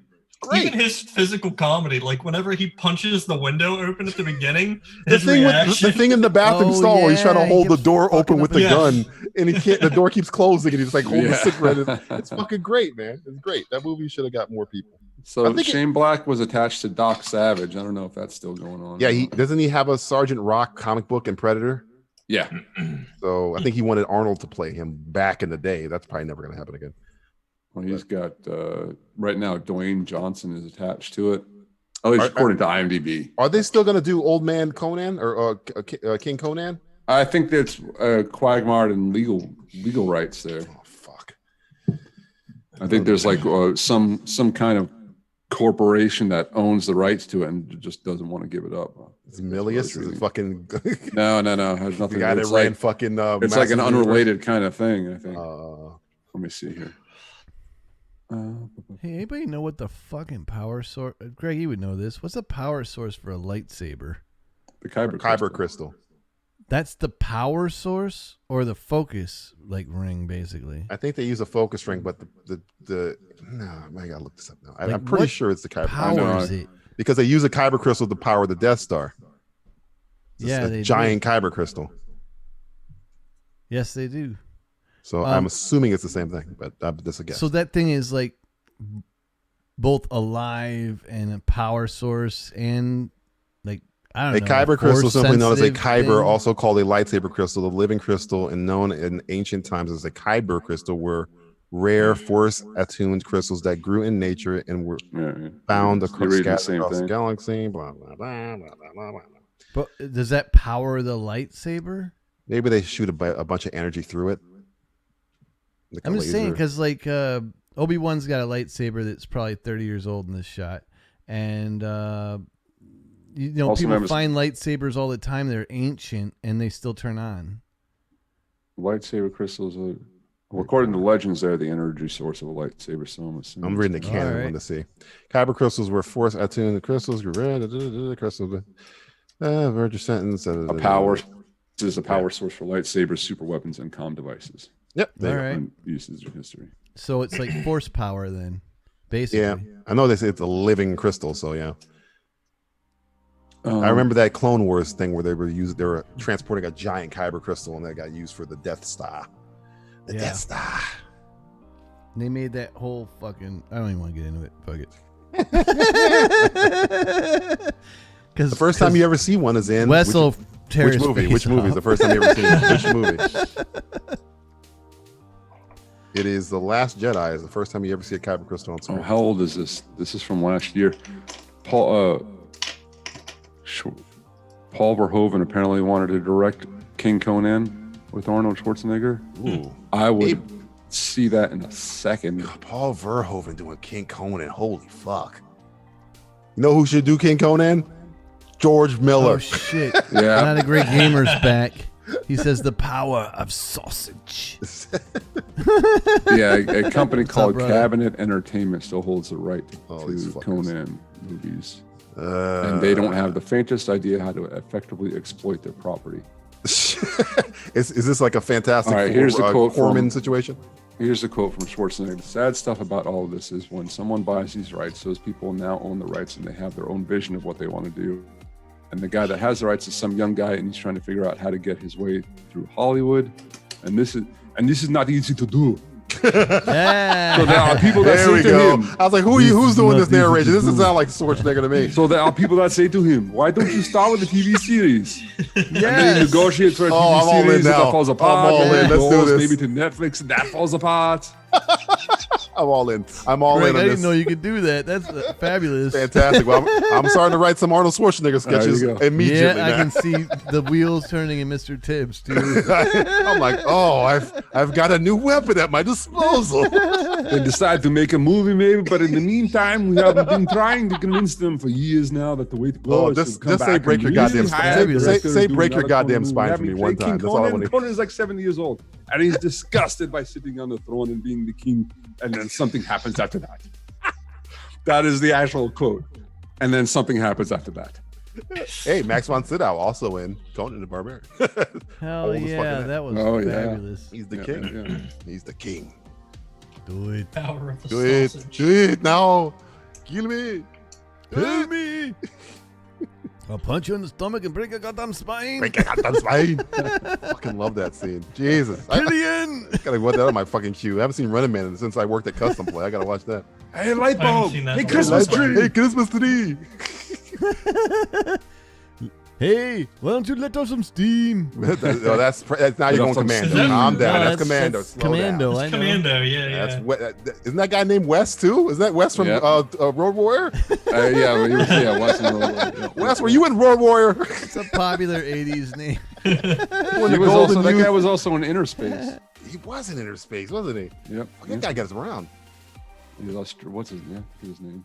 He's great. He's great in fucking Commando. He gets like sexual gratification of trying to kill Arnold Schwarzenegger. I love when your pissant soldiers try to talk tough. John, I'm gonna fucking kill you, John. I'm gonna fucking stab you in the chest. Yeah. He's like getting off. I'm not gonna shoot you between the eyes, John. I'm gonna shoot you between the balls. In the balls. You said you wouldn't kill me first. I lied. I lied. Oh, Commando. I don't need a gun. Fantastically bad movie. I love it. And it's awful, and I love it anyway. It's awful, Oh, and I dude, love it's it. unbelievably awful, but that's It's the best amazing. What movie? Commando. Oh, if you haven't seen Commando, Yeah. kids, Long time ago. do yourself a favor. Yeah, Hop it on deserves a Commando. rewatch. Yeah. Jesus Christ. There's a scene where Arnold Schwarzenegger's beating up mall cops, and it makes me laugh every time. Oh yeah. You Why are is he one beating up mall gigantic cops? motherfucker. Motherfucker. Is that where he fights Bill Duke in a fucking a motel room? Oh yeah. He flips a Porsche on its side. breakfast. Right now, Hey, I'm green very berets for hungry. breakfast. You know what? I'm putting that on my queue too. Commando, you're going on my queue. I haven't seen Commando in a minute. All right, boys. I think I'm gonna call it here. I keep yawning. I don't know. I just got like really tired in the past 10 minutes or something. Yeah, last night I really didn't sleep because of all the storms going on, and it's storming still. So I need. Jaish. Why can't you sleep, Greg? I'm tired. Tired. Bane versus Arnold. I'm gonna fucking kill you, John. When you go to sleep tonight, John, I'm gonna fucking kill you. Oh, John. Fucking get you, John. Mellow out, man. Some tacos. We can talk, right? Wrong. Wrong. God damn it, Greg. Now I gotta put on Commando right fucking now. Fuck you. I'm gonna go watch Commando, guys. I'm out of here. Eggs. He kicks the guy. Wes, did you go back and watch it? When he drives down the hill and he beats up all the guys that just kidnapped his daughter, he kicks one guy in the chest, and as he's doing it, he screams out eggs. It's like, eggs. Yeah, you don't know why. It's that's also the movie where he gets an ice cream cone stuck in his face by Alyssa Milano. Commando, kids, watch it. I gotta rewatch this now. Feeding deer in the opening scene. He's feeding Bambi. It's such a great movie. It might be, you know what? 80s. I'm calling it. That's the best movie decade ever. Oh yeah. People are getting spiked in the head with circular saws. God, he kills 700 troopers with no cover. That's the best in the world, though. That freaking circular saw. Yeah, that was fucking. That or the rocket launcher. That I saw a military man like breaking down Commando, and he's like, "This is fantastic, but this is complete bullshit." Yeah, there's no way you're carrying this. He goes, but it was like, "I love it." This guy's like a Green Beret. He's like, "I love everything about this, but this is complete bullshit." Yes. All right, Home boys. Skillets. I'll catch up with you guys later. All right, man. Sounds good. Have a good night, everybody. All right. You too, man. Always a pleasure, mothers and fuckers. Adios, muchachos. Hey, everybody in the chat, you guys are freaking awesome. Be chill. Catch you on the flip side. Much love. Stay safe. Later, DJ. Later, Wes. Later, Greg. Have a good one. Later. And we'll see you on the flip side. I'm a true champion.